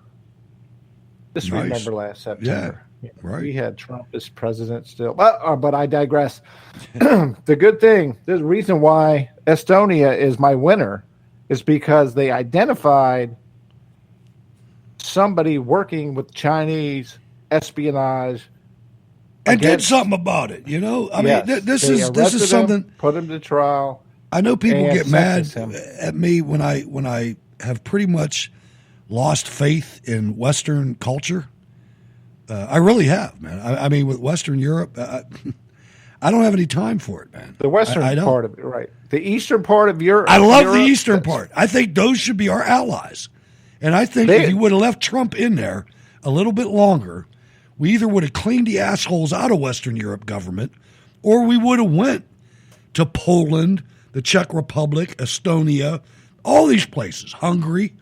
You know, I mean, these are the places that lived with communism and they're adult enough to deal with it. They're not decadent. They're not decadent sexual deviants like Western Europe and half of America. They just broke free from the chains that had been clamped down. Men since are World men War there. II. That's right. Men are men there.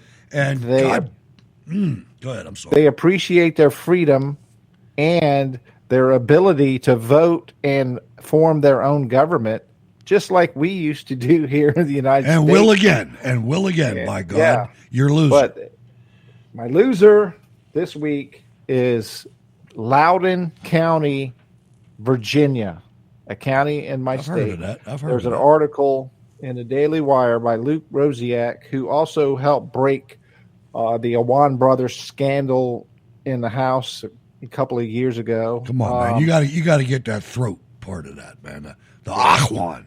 You can't just Awan. Yeah. You can't just Awan, man. You got Ahwan. Awan brothers. Good. Yeah. It still pisses me off that they were just set free. Pakistani ISI. And where's Debbie? I used to be a woman Schultz. She got reelected. She's still in the House. And you notice you haven't heard from her. No, I thought she died. I thought she got a sex change or something. I thought she was like the coach of the Pittsburgh Steelers by now. The last time she raised her voice or, did what was a man does was when she sit there and stared down the Capitol Police chief in a meeting and said, that was a long time ago. Yeah, that was during the Awan brothers when her laptop, she wanted her laptop back, and the police guy's like, no. Ain't heard from her since. Boy, the media's good, aren't they? They're good, boy. They just kept her out of that. She was reelected. Yeah, I know, but that's because she's not been in the media. But she's from that region down there in Florida too, which is like I shake my head because Alan West had to leave. Alan West had to get the hell out. Oh, Alan's on the line? Good evening, Hutch. It's a pleasure to be with you. And you call it Cold War radio. I think the president would say you need to, the 80s is looking for a strategy back. Well, thanks, Alan. I appreciate you calling. And look forward to hearing from you again, brother. All right, my winners and losers. My winner this week is Governor Ron DeSantis. This guy is emerging, and I have to put this in context, Jack. I don't watch TV anymore. The TV that I do watch is historical in nature. I watch almost zero current events type things. I wait for my research, couple hours of research for the show, and I concentrate on it, and I do it that way. But I just, my mind can't, I'm not going to depress myself by watching this stuff all the time. I'm just not going to do it. But we're getting up there in age. Too many lies. Are we going to waste? Yeah, how many waking hours are we going to waste helping fund those SOBs? Exactly. None. That's right. That's right. None. Now, I did watch Tucker Carlson the other night because my neighbor was adamant about it, so I did. And I got to say, he had a really good piece on something. I forget what it was, because what I really meant was I listened to Stu Burgier on Glenn Beck the other day, and what he really said about so many Central American cities that you would think were murderous and dangerous, that were so much safer than Baltimore and Philadelphia and San Francisco. It was stunning, Jack. It was stunning. But anyway, my winner, Ron DeSantis, this guy is doing all the right stuff, man. He is standing up hard against vaccine passports. And that's huge. That's something that if we let them get away with, we're never going to be America again.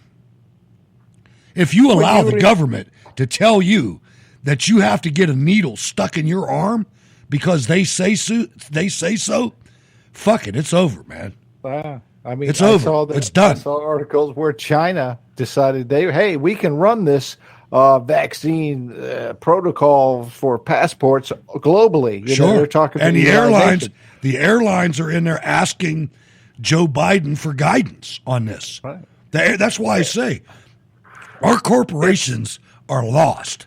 We would be better off, I think, with a massive depression when every one of these corporations goes tits up. We'd be better off than we are now because this generation of idiots is taking charge of this stuff now. And they are idiots. Parents, we screwed up terribly. And I mean that, and I put myself in that as well. I've tried my best with my kids, and they're not as bad as most. But these children are freaking lost, Jack. They are lost. They have no clue about what's out there in the world. They don't realize that every other major country in this world wants to dominate this country. You know why? Because we've got the water, we've got the food, we've got the soil, we've got everything it takes to sustain life right here. And they don't. Well, in a lot of cases. I mean, and for the longest period of time, being one of the most prosperous nations on earth and the most generous nations on earth, we were able to willingly help, and have people, just the average citizen, hey, maybe I'll, be able to put $5 a month to help this outreach program to help these, third world countries, and then you get to the point where we eradicated smallpox for the world, man. Yeah. Polio. I'm pushing 60 years old, and I remember when I was less than 10 years old when they were trying to help people in a foreign nation in third world country. I'm UNICEF. like, all right, remember that? Remember when you used to go trick or treating? That's the United Nations. You had that little cardboard thing that you used to have to ask for money for UNICEF. Yeah, the United Nations Children's Fund. How are these nations doing today? With all of this money, all of this effort. Right. Well, how is Harlem doing? How is the Hill District in Pittsburgh? How's Richmond? How's Detroit? Exactly. They all suck. They all suck. This city, Pittsburgh, isn't even a city. It's a little village under 300,000, or almost around 300. You had Flint, it's turning Michigan, into right? Detroit. With they can't even purify water in Flint, Michigan. All right. So anyway, my loser. My loser. I didn't expand on it. Oh, are you done? Yeah, it was Loudoun County, Virginia, and it's because of Luke Rosiak. And the Daily Wire wrote a story this week exposing an effort by teachers, administrators, people that were in high-level positions in the government there, were running a Facebook group. I read that. I almost brought this on the show. Good. Yeah, the anti-racist group or something. They were doxing people. They were doxing white people. They were actually calling to unions to dox call them out. People, anybody, any parent within Loudoun County that opposed or rose up and said something that they were critical. Hey, maybe we shouldn't be doing this critical race theory education program in our schools. They were another reason targeted. Another reason Ron DeSantis was my winner. He went out against that too. Yeah, right there. That reminds me of a homeowners association on steroids to start with. If you've ever dealt with the HOA, you know what I'm talking about here. And then you tie that in with people that were so excited about having somebody like Adolf Hitler renew the country as long as you did exactly. Give us security. Give us security. We're scared. No differing views. We want to be safe. Do what we say. We want to be safe. Listen to Ron DeSantis when you talk about the critical race theory from Wednesday's show. Florida civics curriculum will incorporate foundational concepts with the best materials, and it will expressly exclude unsanctioned narratives like critical race theory and other unsubstantiated Call back, Rico. theories. I'm going to bring you on right now.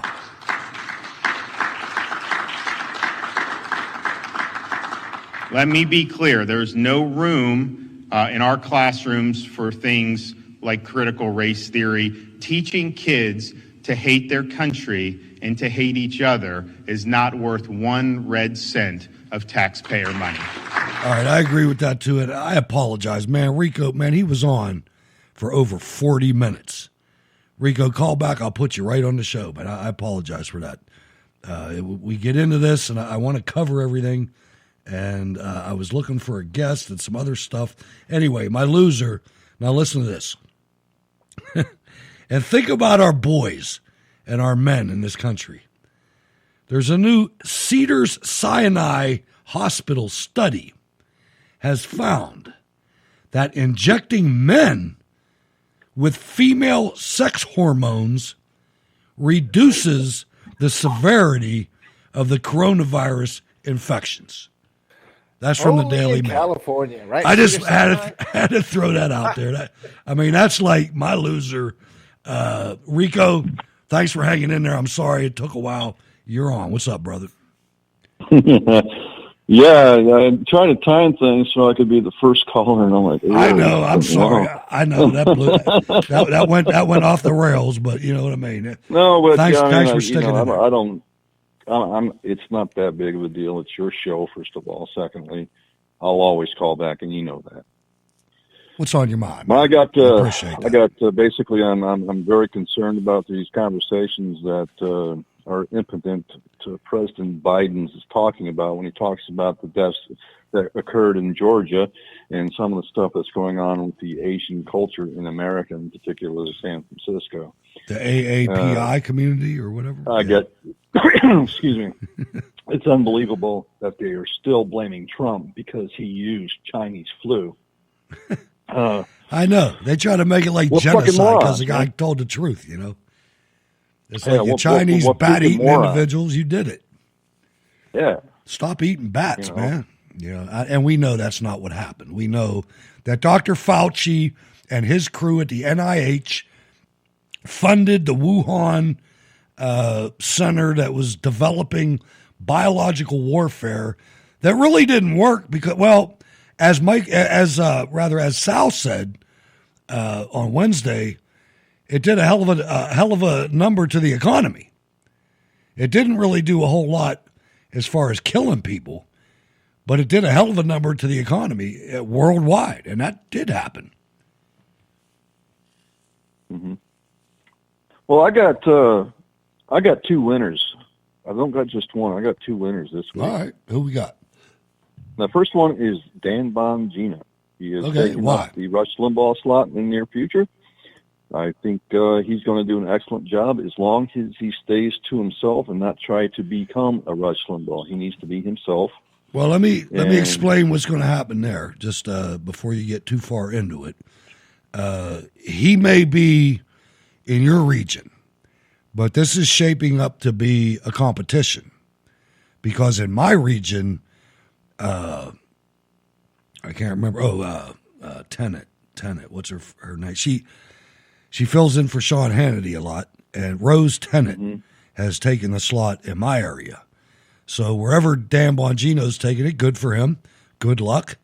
But this is going to be a competition. And I'm not sure that it's going to be one voice that ends up being national. It could be.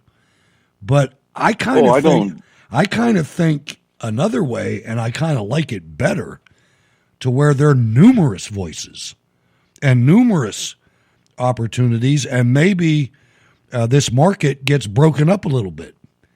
And there's nothing wrong with that.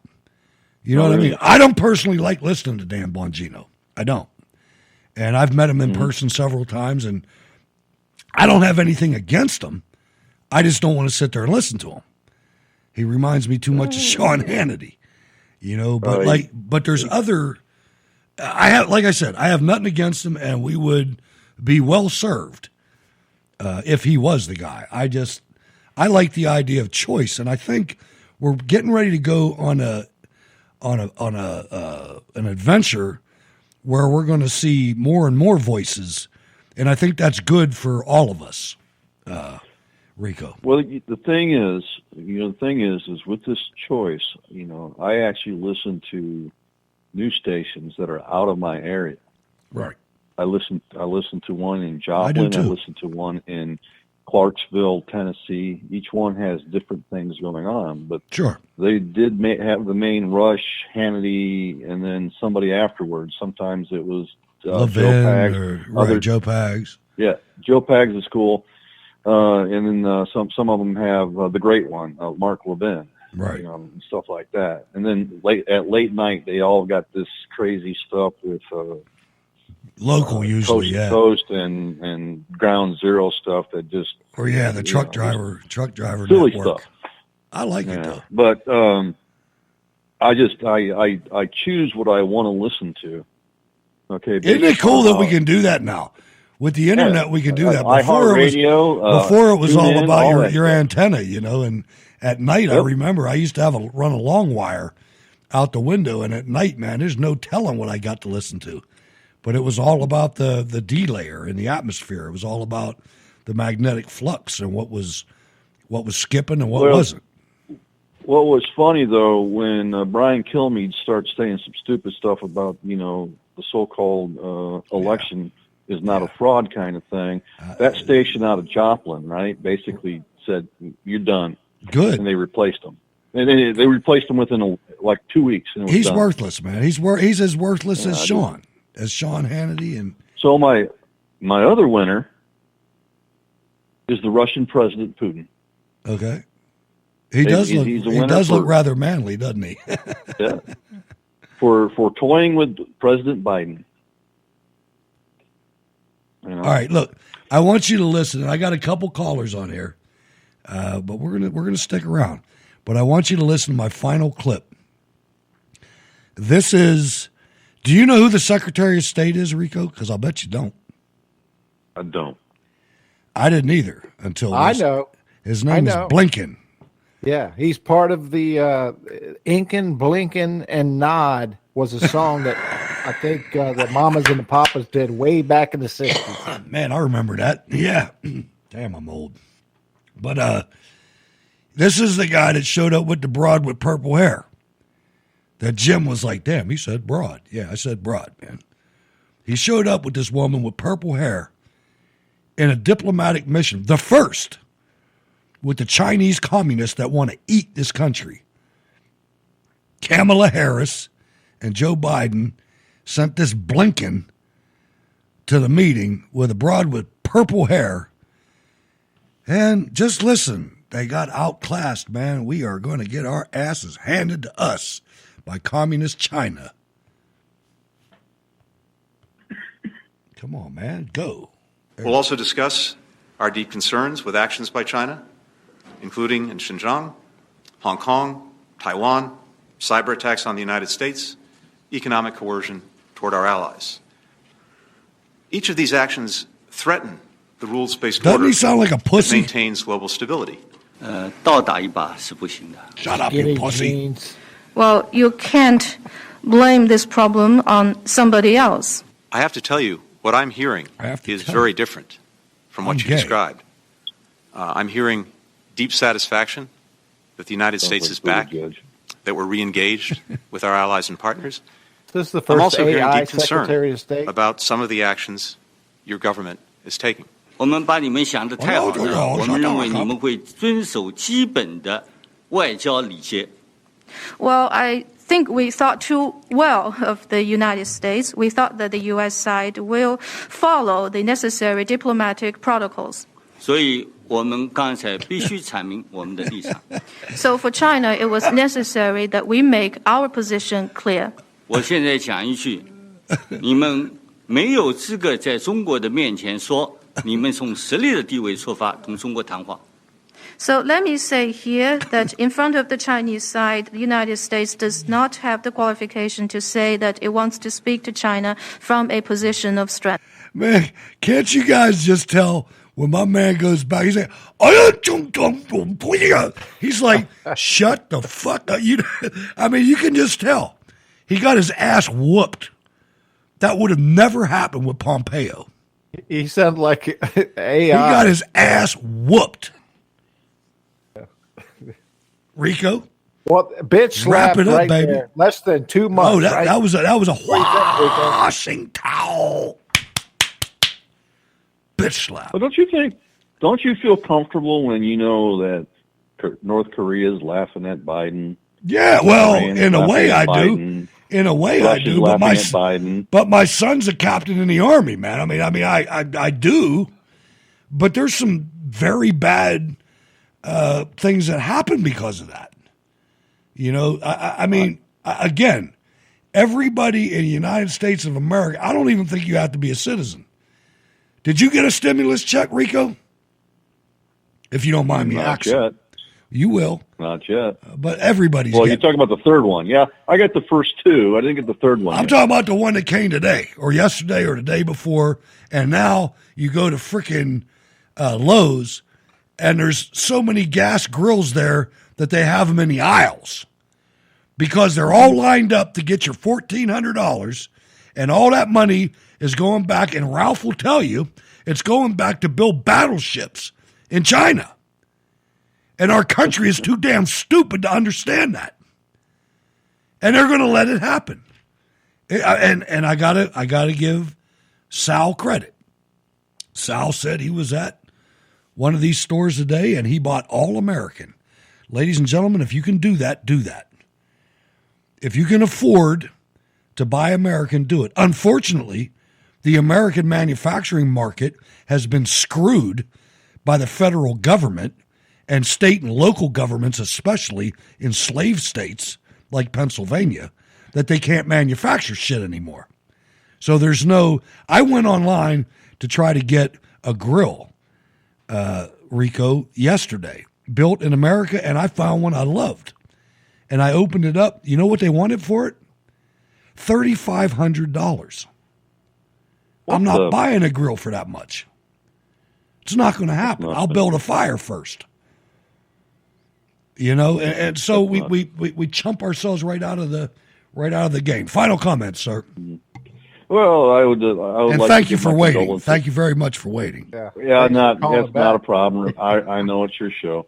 I want to give my condolences to the citizens of Ohio for losing a $900 million plant that's going to Mexico. Amazing. So thank you, Biden, for basically pissing off Ford. Wow, what is that? A Ford plant? Ford just, they felt. Let's be honest with Ford. Ford's not helping itself. Ford is they're one of the biggest cowards in corporate America. You cannot buy a Ford F-150 pickup truck with an engine bigger than a 300. Mm-hmm. A 5.0 liter. Is that a 300 or a 305? Either one's too small. Either one of them's too goddamn small. Because that's the last truck I had. My major concern about manufacturing in this country, if we keep going back and forth to, let's say, a democratic way of living and into a Republican way of living, sooner or later the manufacturing facilities or manufacturers are going to say, you know what, we're not coming back ever because it's too unpredictable here. I agree. I agree with you 100%. And it's our kids. I said this earlier in the show. We have to pare these people out of our decision-making process. This whole idea that we're going to not burn petroleum products is asinine. It's freaking stupid. It's not even funny. It's not going to work, and it's stupid. we're up $1 here, and we got fairly low gas prices, and we're up a freaking dollar since.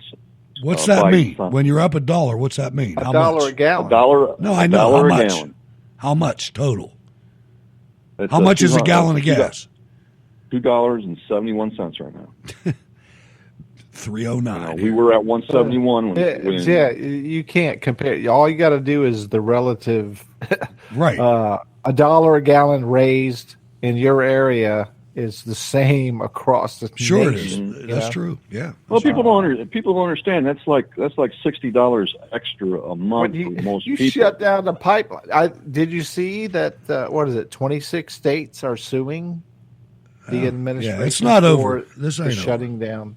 It don't matter. But like Rico was saying, what Trump did and his policies doing with the trade deals with other nations brought back companies that were, dealing with the swamp. Rico, thanks for calling, man. I always appreciate it, man. And now 2 months later, problem, they're ready to leave. No, I agree. And when you look at it, and you think of all that, it's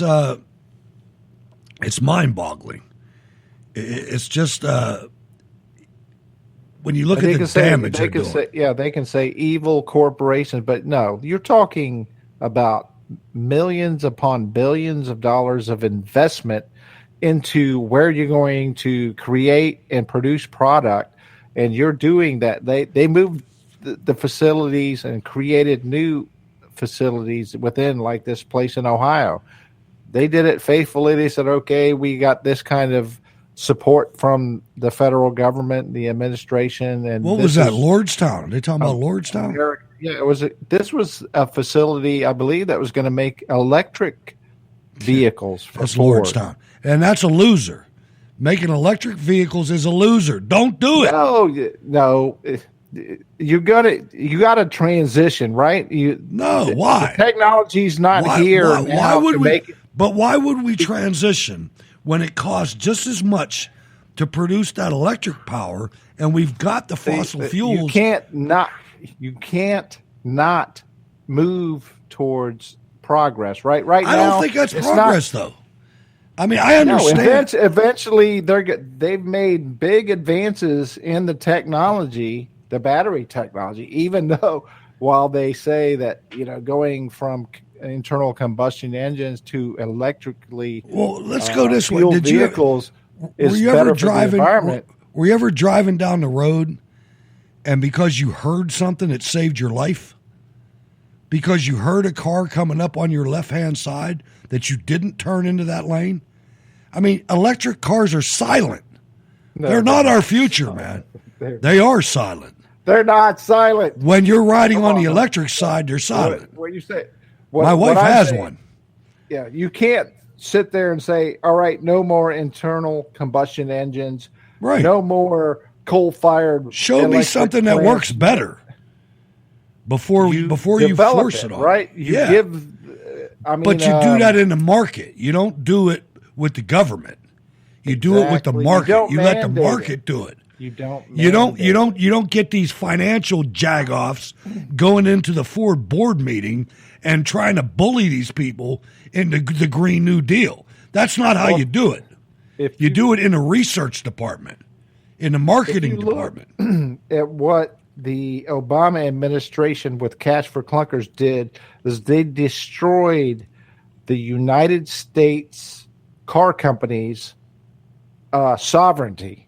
I know. How many of the major car companies are now entities of foreign-owned companies, right? Yeah. Fiat, this. Fiat's. I forgot all of the other. I think there was one major manufacturer in the United States that might have maintained its integrity. Ford. And look what they're doing, right? They're going to Mexico to make electric vehicles. And they've been. And you can't, like I said at the top of the article, you can't get an F-150 with an engine larger than a 5.0. And the 5.0 engine is a Mustang engine. I don't want a Mustang engine. Straight six. And I wanted the 6.2 liter, but you have to get an F-250 to get that. In other words, you have to beef up all the suspension. You got to make the vehicle You got to add all the another other ton weight heavier before they give you that power. Right? Exactly, right. So I went to is Toyota, wrong, the 5.7. Anyway, all right. And let's you get can't, to and they the- got rid of the straight. Let's get back to the callers, man. We got some people hanging on there, Jack. Not to cut you off. Yeah, come on, But Hutch. Let's get back to the These callers. guys are getting pissed off at me. But anyway, before I let you on, Sean, I'm going to gross you out because Democrats are forcing us to gross you out. Lindsey Boylan, the first of many women to accuse disgraced Governor Andrew Cuomo, Democrat, New York, of sexual misconduct, is claiming Cuomo joked. Here it is, ladies and gentlemen, and I wouldn't really do this, but I got to tell you, Bill Clinton made me explain to my 9-year-old son what a white stain on a blue dress meant. So I don't have any proclivities about telling you that Cuomo joked about wanting to mount her. In an interview with the New Yorker's Ronan Farrow, remember him? That's Frank Sinatra's kid. The former Cuomo staffer said that during a 2018 meeting with the embattled governor, his new puppy jumped up and down near her. Cuomo saw this and joked about how if he were a dog, he would try to mount her as well. Sean, what's going on from California? You're up next. Go ahead and try to follow that up. You know, He's I'm not even disgusted. going to try. Can you tell?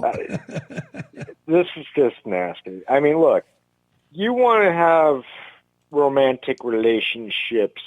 I'm going to put this in the most politest way I can for everybody to understand this as best as I can try to tell it.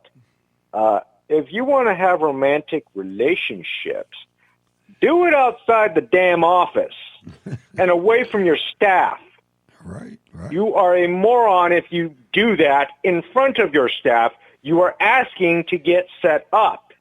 You're Look stupid. at him. He's not a gentleman. Look at him. He's a slob, man. Good He's a God. freaking Cro-Magnon, man. I mean, he's a pig. Yeah. Of course he's a pig. New Yorkers, their standards are way down, man. Come on. You know what? It's like half the time I think in the back of my head, can we even nuke these states and get away with it? Because that's how far I feel sometimes. It's I like, know. It good gets tough. God. It gets tough. But you know what? There's a lot of good people in New York. They're just They're lost. swayed, They're lost, I guess. Yeah. That's the best way I'd put it, is that they're lost. But look, sooner or later, you know, again, following up Rico's point, there is a point when manufacturing will say, "Oh, to hell with this. This is a too I know. unpredictable market." Well, in the United now States. the one good part about it is not to, rain on that statement because it is true, but there is a compelling reason for manufacturing to base themselves here, and that's natural resources. Now, the Democrats, the communists in the Democrat Party, and the globalist Republicans don't want us to exploit, or I wouldn't even say exploit, utilize our God-given natural resources that God put under our feet. Agreed. And they want to, farm it out to Saudi Arabia and China and Mexico. But most Americans aren't buying that. These are people that are getting paid by these entities. And one of these days, Jack, I think the house of cards is going to fall down. There's going to be no payments coming, and we're going to be on our own. And then you're going to look under your feet and be like, yeah, I mean, we have these resources. Let's utilize them. And the only way we're going to be able to do that is get rid of the EPA, get rid of the FBI, CIA. Modify them. We don't have to get rid of them. I mean, I don't think there's anything wrong with trying to protect the environment. But I think when communists get in charge of these agencies, which is clear what's happened. I mean, if you look, if you research Brett Baer did a documentary about the EPA about 5 or 6 years ago. And he basically investigated and showed that they were communist. I mean, he showed several instances where the EPA was pushing the communist agenda. It had nothing to do with environmental protection. That's where I think we need to just get rid of the EPA and maybe just, do something new. Instead, just fill it up with a bunch of conservatives and keep it permanent. Right, because unfortunately there are enough people out there that are pirates and would try to make money at the expense of the environment. I mean, you have to watch that. You have to be careful. Right. I understand that, and I agree with that. We have to protect our environment. I understand that, but it's like, come on, we can't just cut all the jobs off because we overregulate. That's not fair. How are we supposed to, make plastic containers for freaking water?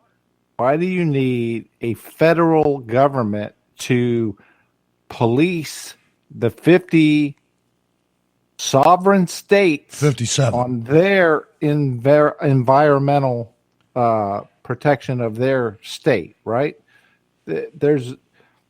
Each state should be wholly invested in the viability of its own resources. Good point. You would think. Right. So why wouldn't each state be allowed to be adults in the room and handle their own state's issues, right? Why do we need a federal government agency created within the last 40 years to tell the states what they should do? You see what I'm saying? No. Yeah, I agree. Each state should know what resources it has, what makes its state rich, what brings wealth to their own taxpayer coffers to provide for their own citizens. Which state is going to kill itself, right? By abusing its own resources. Now, if you get all of the states under the umbrella of one place, Washington, D.C. swamp, they could care less about an individual state. They're going to look at the overall picture and who's going to give us the most money. You see how that works? That is absolutely true. Yeah, that's true. That's very true. California is a very big deal, and you could probably explain that a lot more to the listeners than I could living there, the resources you have in that state. We have tons of resources, yet every time we have someone come into office, they always cower. That's the problem. And they are always corrupt. They're paid off by special interest groups. Hell, you don't even need to vote here in the state of California anymore. All you have to do is just attend one of these high-end dinner parties, and then, boom, there you go. You got money coming right into your little pocket while you're screwing over the taxpayers. It's that bad. And that's why I'm saying to hell with this state. You know what? Let it wallow in its own filth, and let's see how that freaking works out at the end result. It's still such a wonderful, asset to this nation, that state. No matter how bad it is right now, you have folks across the nation that still hope that California pulls through. Do you have anything else for us tonight, Sean? If not, we've got another caller. Well, I do. I'm still looking in for a truck. I want that Ford F-350 so badly, that 1990s version. The big crew cab? Oh, yeah. Yeah. My dad's old truck. That was so fun to drive in. But unfortunately, finding one here in the state of California and anywhere else is like a needle in a haystack. So it's like, darn. It has a full-size bed on it, too, I bet. Right? Oh, yeah. Yes. And it was raised. But the only problem was with those trucks is some of them didn't come with the ability to hop in the cab with a step rung, as they call it, or whatever the hell it is. So a lot of the times we ended up ripping our pants more than trying to get into the rig without You just drop a ladder down the side. Hey, I mean, he's kidding. Hey, thanks for the call, Sean. I hope you have a great weekend out there in California. We're going to bring on our next caller. Yeah, thanks, Sean. Next caller is been waiting patiently, and we love very to hear patiently, man. Wow. Yes, our voice from the Pacific Northwest. Hello, Marlene. Hello, Jack. Hello, Hutch. Thanks for waiting, That was a Marlene. record. I appreciate it, man. That was a long. Oh, I know. I hung up and then I just called back. I appreciate it, man. I mean, that's the no way problem. things are, man. I'm sitting there looking at this unknown caller, and I'm thinking, is that my guest? Because I was talking to Mona, Oh, yeah. and it's like it wasn't, and I kind of knew it wasn't, but I couldn't take a chance. Right. I get it. But anyway, I was looking at something from the American Thinker. I know originally we were going to talk about cancel culture, and basically what it's saying is that this cancel culture phenomenon that's been foisted upon us is a manifestation of true evil of both intent and results. No doubt that if it's allowed to continue unchecked, we will head for a fate as bad as that of other once great cultures in history. As soon as freedom and creativity are snuffed out, a culture rapidly begins the process of decay. And it's already doing that. If you look at, you go outside in the street, you go outside and you look at your neighbors, check your neighbors out, and everybody's looking down. Nobody's looking up. Everybody's looking down. Everybody's keeping to themselves. Nobody's, there's just no energy there. In my experience, what I'm seeing. Now there's some pockets of energy, but a lot of it is I'm looking at beaten down Americans. And that's why I do things like, say, the broad with purple hair, because I'm not succumbing to it. You all can kiss my ass. If you think I'm going to succumb to this, I'm not doing it. And I would encourage each and every one of you to not succumb to it, because they're trying to keep you quiet. And by keeping you quiet, they're going to win if you stay quiet. Put it that way. Go ahead. Right. And then anyway, a couple more things on this, that I'll move on to something else. But they were saying that the point is we're like the Babylonians. We're not invincible. If we don't take seriously the dangers we're facing now, we could destroy ourselves. And then they talk about China coming in to fill the void, which is possible. And that's true. I've got the article in the chat if someone wants to read the whole thing. It's pretty interesting. And one of the things that you say, and I strive, I really do, to not make this show racial. I don't. It doesn't interest me. It doesn't do anything for me. But man, when the information's in front of my face, I have to say it. If you're white, you better wake the fuck up. Yeah. That's all I got to say. I mean, I'm sorry for the harsh language, but if you give away what you've got, then it's going to be gone. Don't be. I can't believe that so many people hate themselves.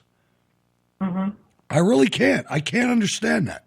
And I never did. This is really they're new. starting classes for that now. I know. You learn to hate yourself. I know it. My stepson refused to go to a college because there was too many white people there. He's 100% white. And I mean, this whole thing is like you're letting them demonize you. Are you forgetting what you have contributed to the world, which is like every freaking thing that's in this world, almost, and nothing against any other culture. I don't care about the other cultures. Do what you want. I live in this culture. This is where I am. I'm in the white culture. Screw you. I didn't ask for it. It's where I am. Sure. And I'm not going to sit here and apologize for it. And I'm not going to denigrate your culture. I'll laugh at your ass. If you're stupid, I'll laugh at you. If you want to eat with sticks, go ahead. You could eat with sticks all day. That's up to you. But I'm going to laugh at it. And you can laugh at me for my curly hair or whatever the hell you want to laugh at me about. I'll be okay. And so will you.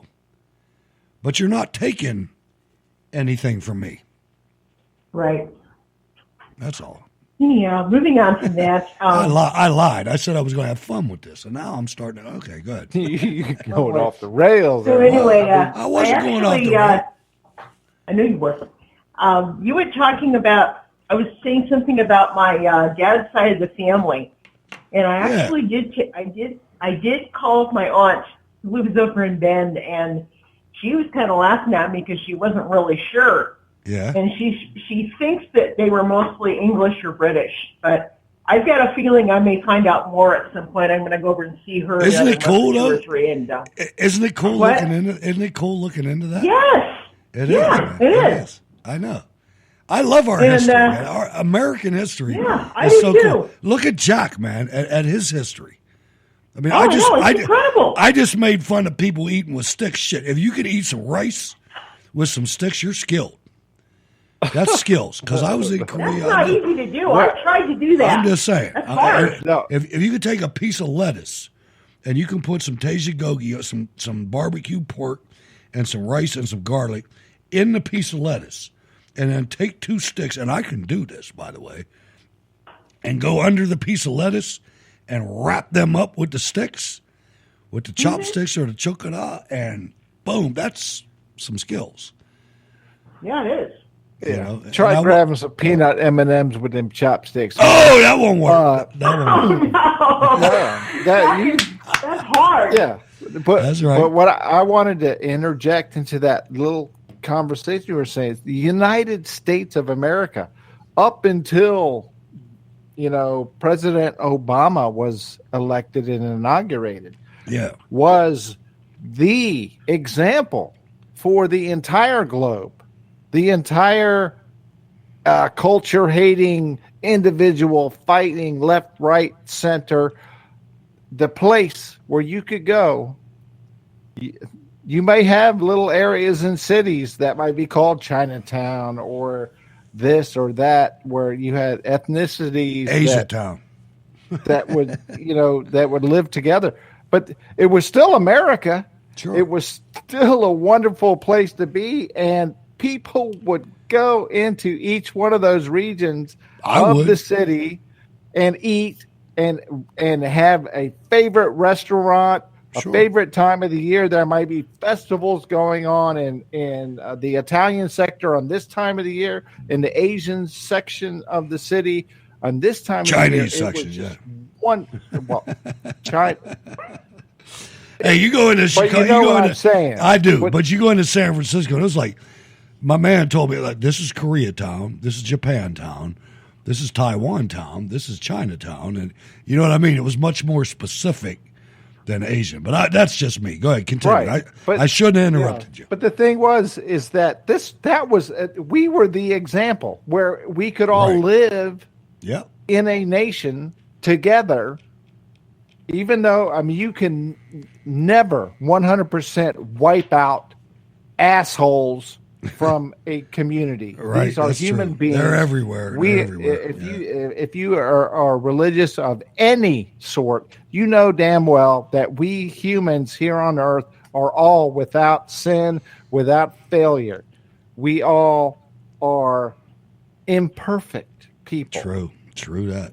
So our main goal, if we want to seek a better position in our next life, we want to be on the positive side. So we try our best to be better than the worst of our we do. And let me now right? We're coming to the end of the show, Marlene and Jack. So let me tell you, all right, this is Cold War Radio, episode 998.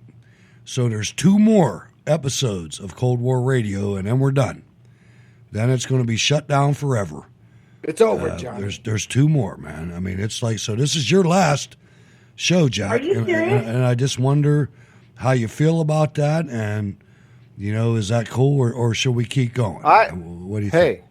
I feel blessed to have even spent one episode with you. How long have you been on here? When did you come on? What episode? You remember? I have it in the archives. I could look it up. But. Right. Well, I first joined you on the air on the Steel City Resistance when. Oh fuck! That's a long time ago. Yeah, Ward Miller. Miller. You know. Back in 2010. He's still with us. No.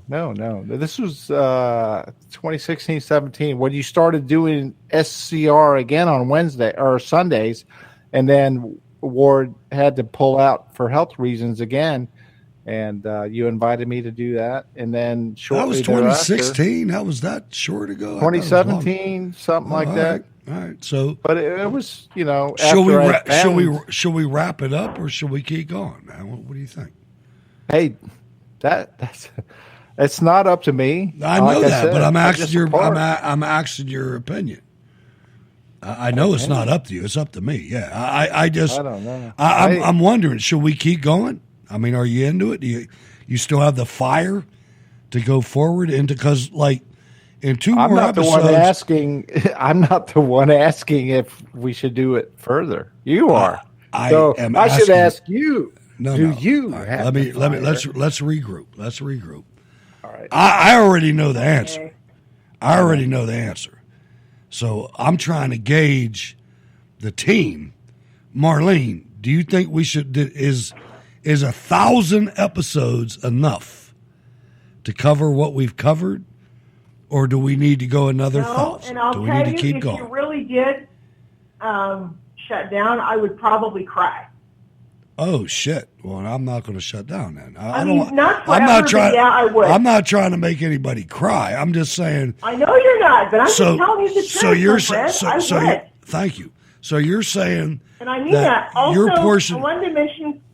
I'm sorry. Go ahead. No, you go ahead. Okay, I was going to mention a couple things. These are on kind of a lighter note. I'm trying to stick. I got a serious thing right now. Let's hold on. We'll go to that next, but. For right now, okay. I'm trying to figure out, and I didn't know how to really put this out there because Jack, I really want to keep going, but I'm watching the numbers of the show, and it looks like it's declining a little bit, not really bad. There's still over 100 people that listen to every show, and that's okay, but I'd rather it was 1,000 like it used to be, but I'm willing to continue doing what we do. And I was just checking if you felt that way too, because we have 2 more shows we hit 1,000. The vast majority of podcasts never get there. 99% of podcasts never get to where we are. First of all, they never make any money. And we're doing that. And I see a little bit of a decline, but I don't think it's enough to stop. I want to keep doing this. And I was just checking. I didn't realize it was going to be the interaction that we just had. I thought it was going to be like simple. I thought you were going to be like, no, or yeah. I didn't know it was going to be in the middle. No, I just went back. I always, when I do the show, I do the pre-show stuff, and I have a 5-subject notebook that I put down my own handwritten notes in. And I just went to the beginning of this 5-band notebook. And you know what the show, it was Cold War Radio episode number 631. God damn, 400 shows ago. 26 September 2018. Okay. What did we talk about? One of the notes is like, what would a socialist America look like? Is the topic. I wonder if we were accurate. Were we accurate? I wonder. Hey, we're living it today. My winner, Uniparty Globalist Swamp. I guess they must have done something good. The losers, Americans who believe in our constitutional republic. Wow. Now, so as bad as we see it today, yeah. September 2018, I was seeing it then, Right. So, all right. Let's go for another 1,000, man. How about that? Exactly. Let's go for another 1,000. All right, the number Marlene. one driver of whether or not we are going to keep doing your Cold War radio show was you, Hutch. No, damn. Were you having fun doing it? I am. And thank you for that. And thank you. I am. And I've always tried to include you guys because I don't want to do this by myself. I've done shows where I'm the only one on the air, and I can do that. I'm capable, and I can do it quite well. But I don't want to. You know what I mean? I like having a guy like you that knows what they're talking about, and I've vetted you. I mean, you know, we're at a point, Marlene, right now where this staff of this show has developed over many years. From 2006, basically, until now. I can tell. 2006 until now. And I stopped printing business cards for the show because everything changed so much that it was a waste of card stock. Expensive card stock and expensive printer ink because I got nothing but the best for the people. But now we've been on like this roll of Ward on Monday, Sal on Wednesday, and Jack on Friday. I really miss Stacy too, man, on Wednesday. She'll be back. I don't blame her. I think you're right too. I think she will too. And I'll She's never right in there. I'll never burn that. I'll never burn that bridge. Right, I know. But she had enough, and she wanted to go back to her life, and I understand that because I've done that too. I mean, you'll never notice it because I'm a professional broadcaster. She's a mama with her cubs too. She got children, and you got to think about what they're dealing with just schooling kids these days. You know, their kids are older, but they're you're right. Yeah. But you know, I just feel that I'm ready to keep doing this. I just want to see what Yins thought, you know, because I'm looking at the listeners. There you go. They're going down a little bit. Well, that's me, man. You know what I mean? This is Cold War radio. Hey, this reinforces my faith in this nation is being able to participate in the show. And more importantly, me too, Jack. being able Me to too. interact And Marley. with these, the folks. I don't get to interact with all of the people tuned in listening, but I do get to see all of the folks that are in the Spreaker chat room while we're doing this live. Yeah, and, I know. You know, and by the way, A Radio, I love you, man. Yeah. I love you. I will take a shot at your ass. You're talking to a Canadian that Yeah. comes in here. You know, he doesn't have to come on and discuss things American. But Right. here we have a neighbor to the north that knows there's something wrong going on in the world that includes our country and his country. Right. And he's dedicated enough to want to be involved, to hear at least what we're saying while he's dealing with his own countrymen up there. Right. That's cool to me. So I guess we'll stay for another couple episodes or something, or a year, maybe. Who knows? Marlene, wrap it up, babe. It's time to go. Okay, I've been trying to. You two are going on and on and on. You know how we are. Anyway, I know. Anyway, I guess wrapping it up, I've been following your wife on Facebook. We're Facebook friends, and just wanted to let you know I finally got to see your two kitty cats. Oh, my cats. I love those cats. Yes, they are absolutely adorable. I love both I of know. them. I love them too. I even told Jen that. I told her those are the sweetest kitties. They are. I got a retarded cat and a cool cat. They're both. Well, I don't know which one's retarded or which one's cool, but the one with the pudgy cheeks, he kind of made me think of Garfield a little bit. Yeah, that's him. That's Ruby. He's the regular cat. He's great. The other one is too, but he's just retarded. Oh, so the smaller looking one is supposedly retarded, and Dr. Ruby is the smart one. Yep. I see.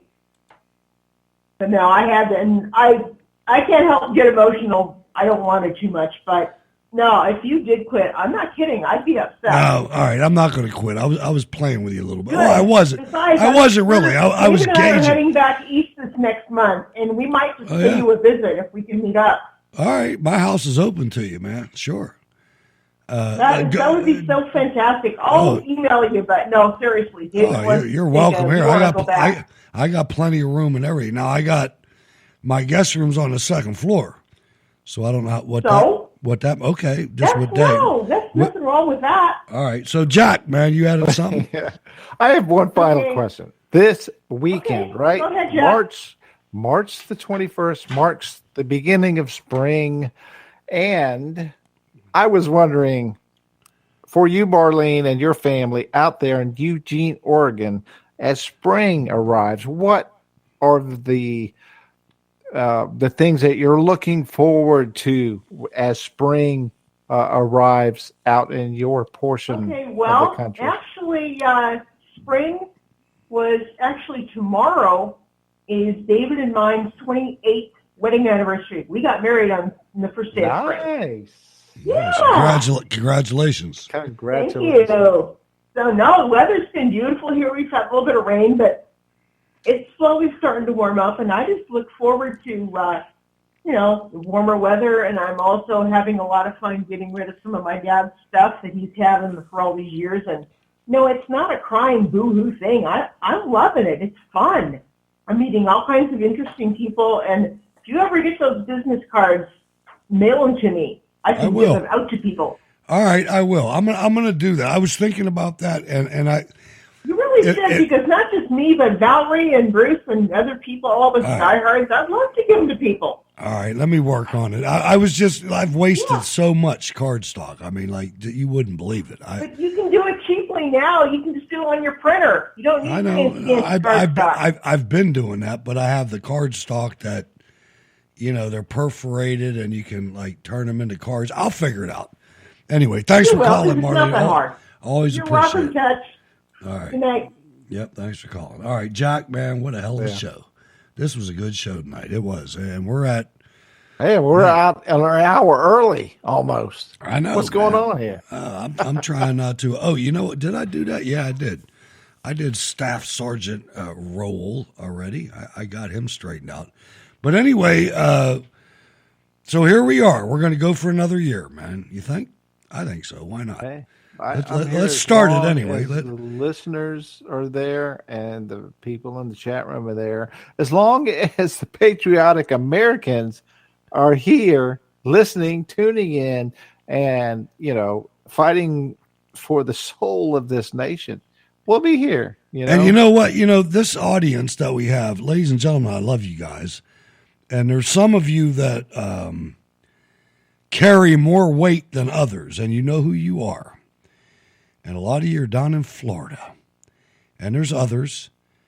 But if you feel like helping the show, go to steelcityresistance.com, or either in the chat room, Rocky will point you towards our Patreon page. And you can decide, we're on 3 nights a week for at least 2 hours. On Friday, what'd you get? You got an hour and 20 or 35 extra minutes, and we're getting ready to sign off because I'm getting tired.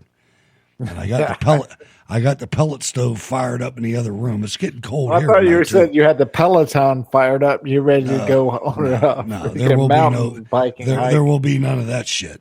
But I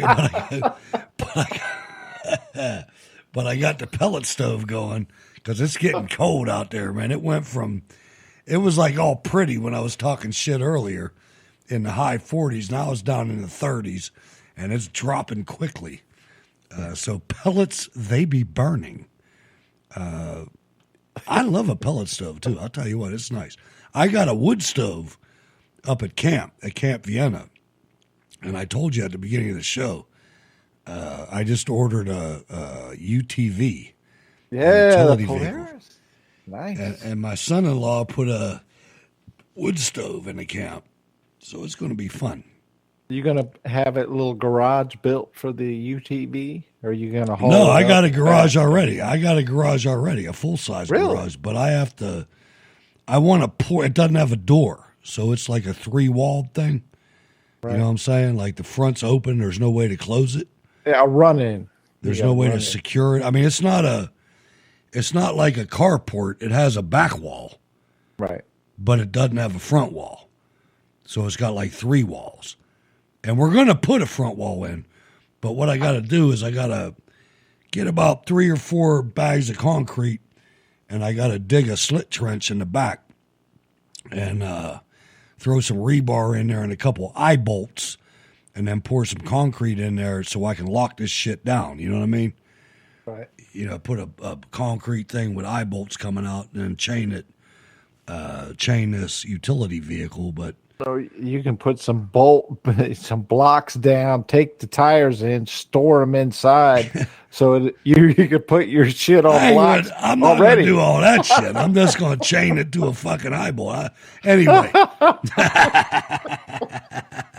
Hey, don't be messing around, man. It's Captain America territory. When Captain America throws his mighty shield, all those who chose to oppose his shield must yield. If he's led to a fight and a duel is due, then the red and the white and the blue will come through when Captain America throws his mighty shield. The Democrats want to make my man gay, man. Why would you do that? Anyway, ladies and gentlemen, this is Cold War Radio. Jack is on the side. I'm getting ready to go home. Good night. Thanks for coming out. How can people get in touch with you, Jack? And your final comments, sir, with Jacob Seals playing in the background. Yes, I still remember that. Hey, you can find me here or most often in the during the summertime in the chat room of Cold War Radio Monday, Cold War Radio Wednesday, and on the mic on Friday nights. Hutch, have a great weekend. My man, thank you, Jack, and to your wife and family. Thank you very much for sticking in with the team. We got a good team, man, and that's hard to do. We finally did it. It's time to make some business cards. All right, ladies and gentlemen, thank you for joining us on our Friday edition Week in Review. We'll be back on Monday with Ward Miller and possibly some guests. Thanks for letting us into your life for a couple hours and 39 minutes. Go to rspn.bandcamp.com. Support Jacob Seals. Thank you, ladies and gentlemen. God bless.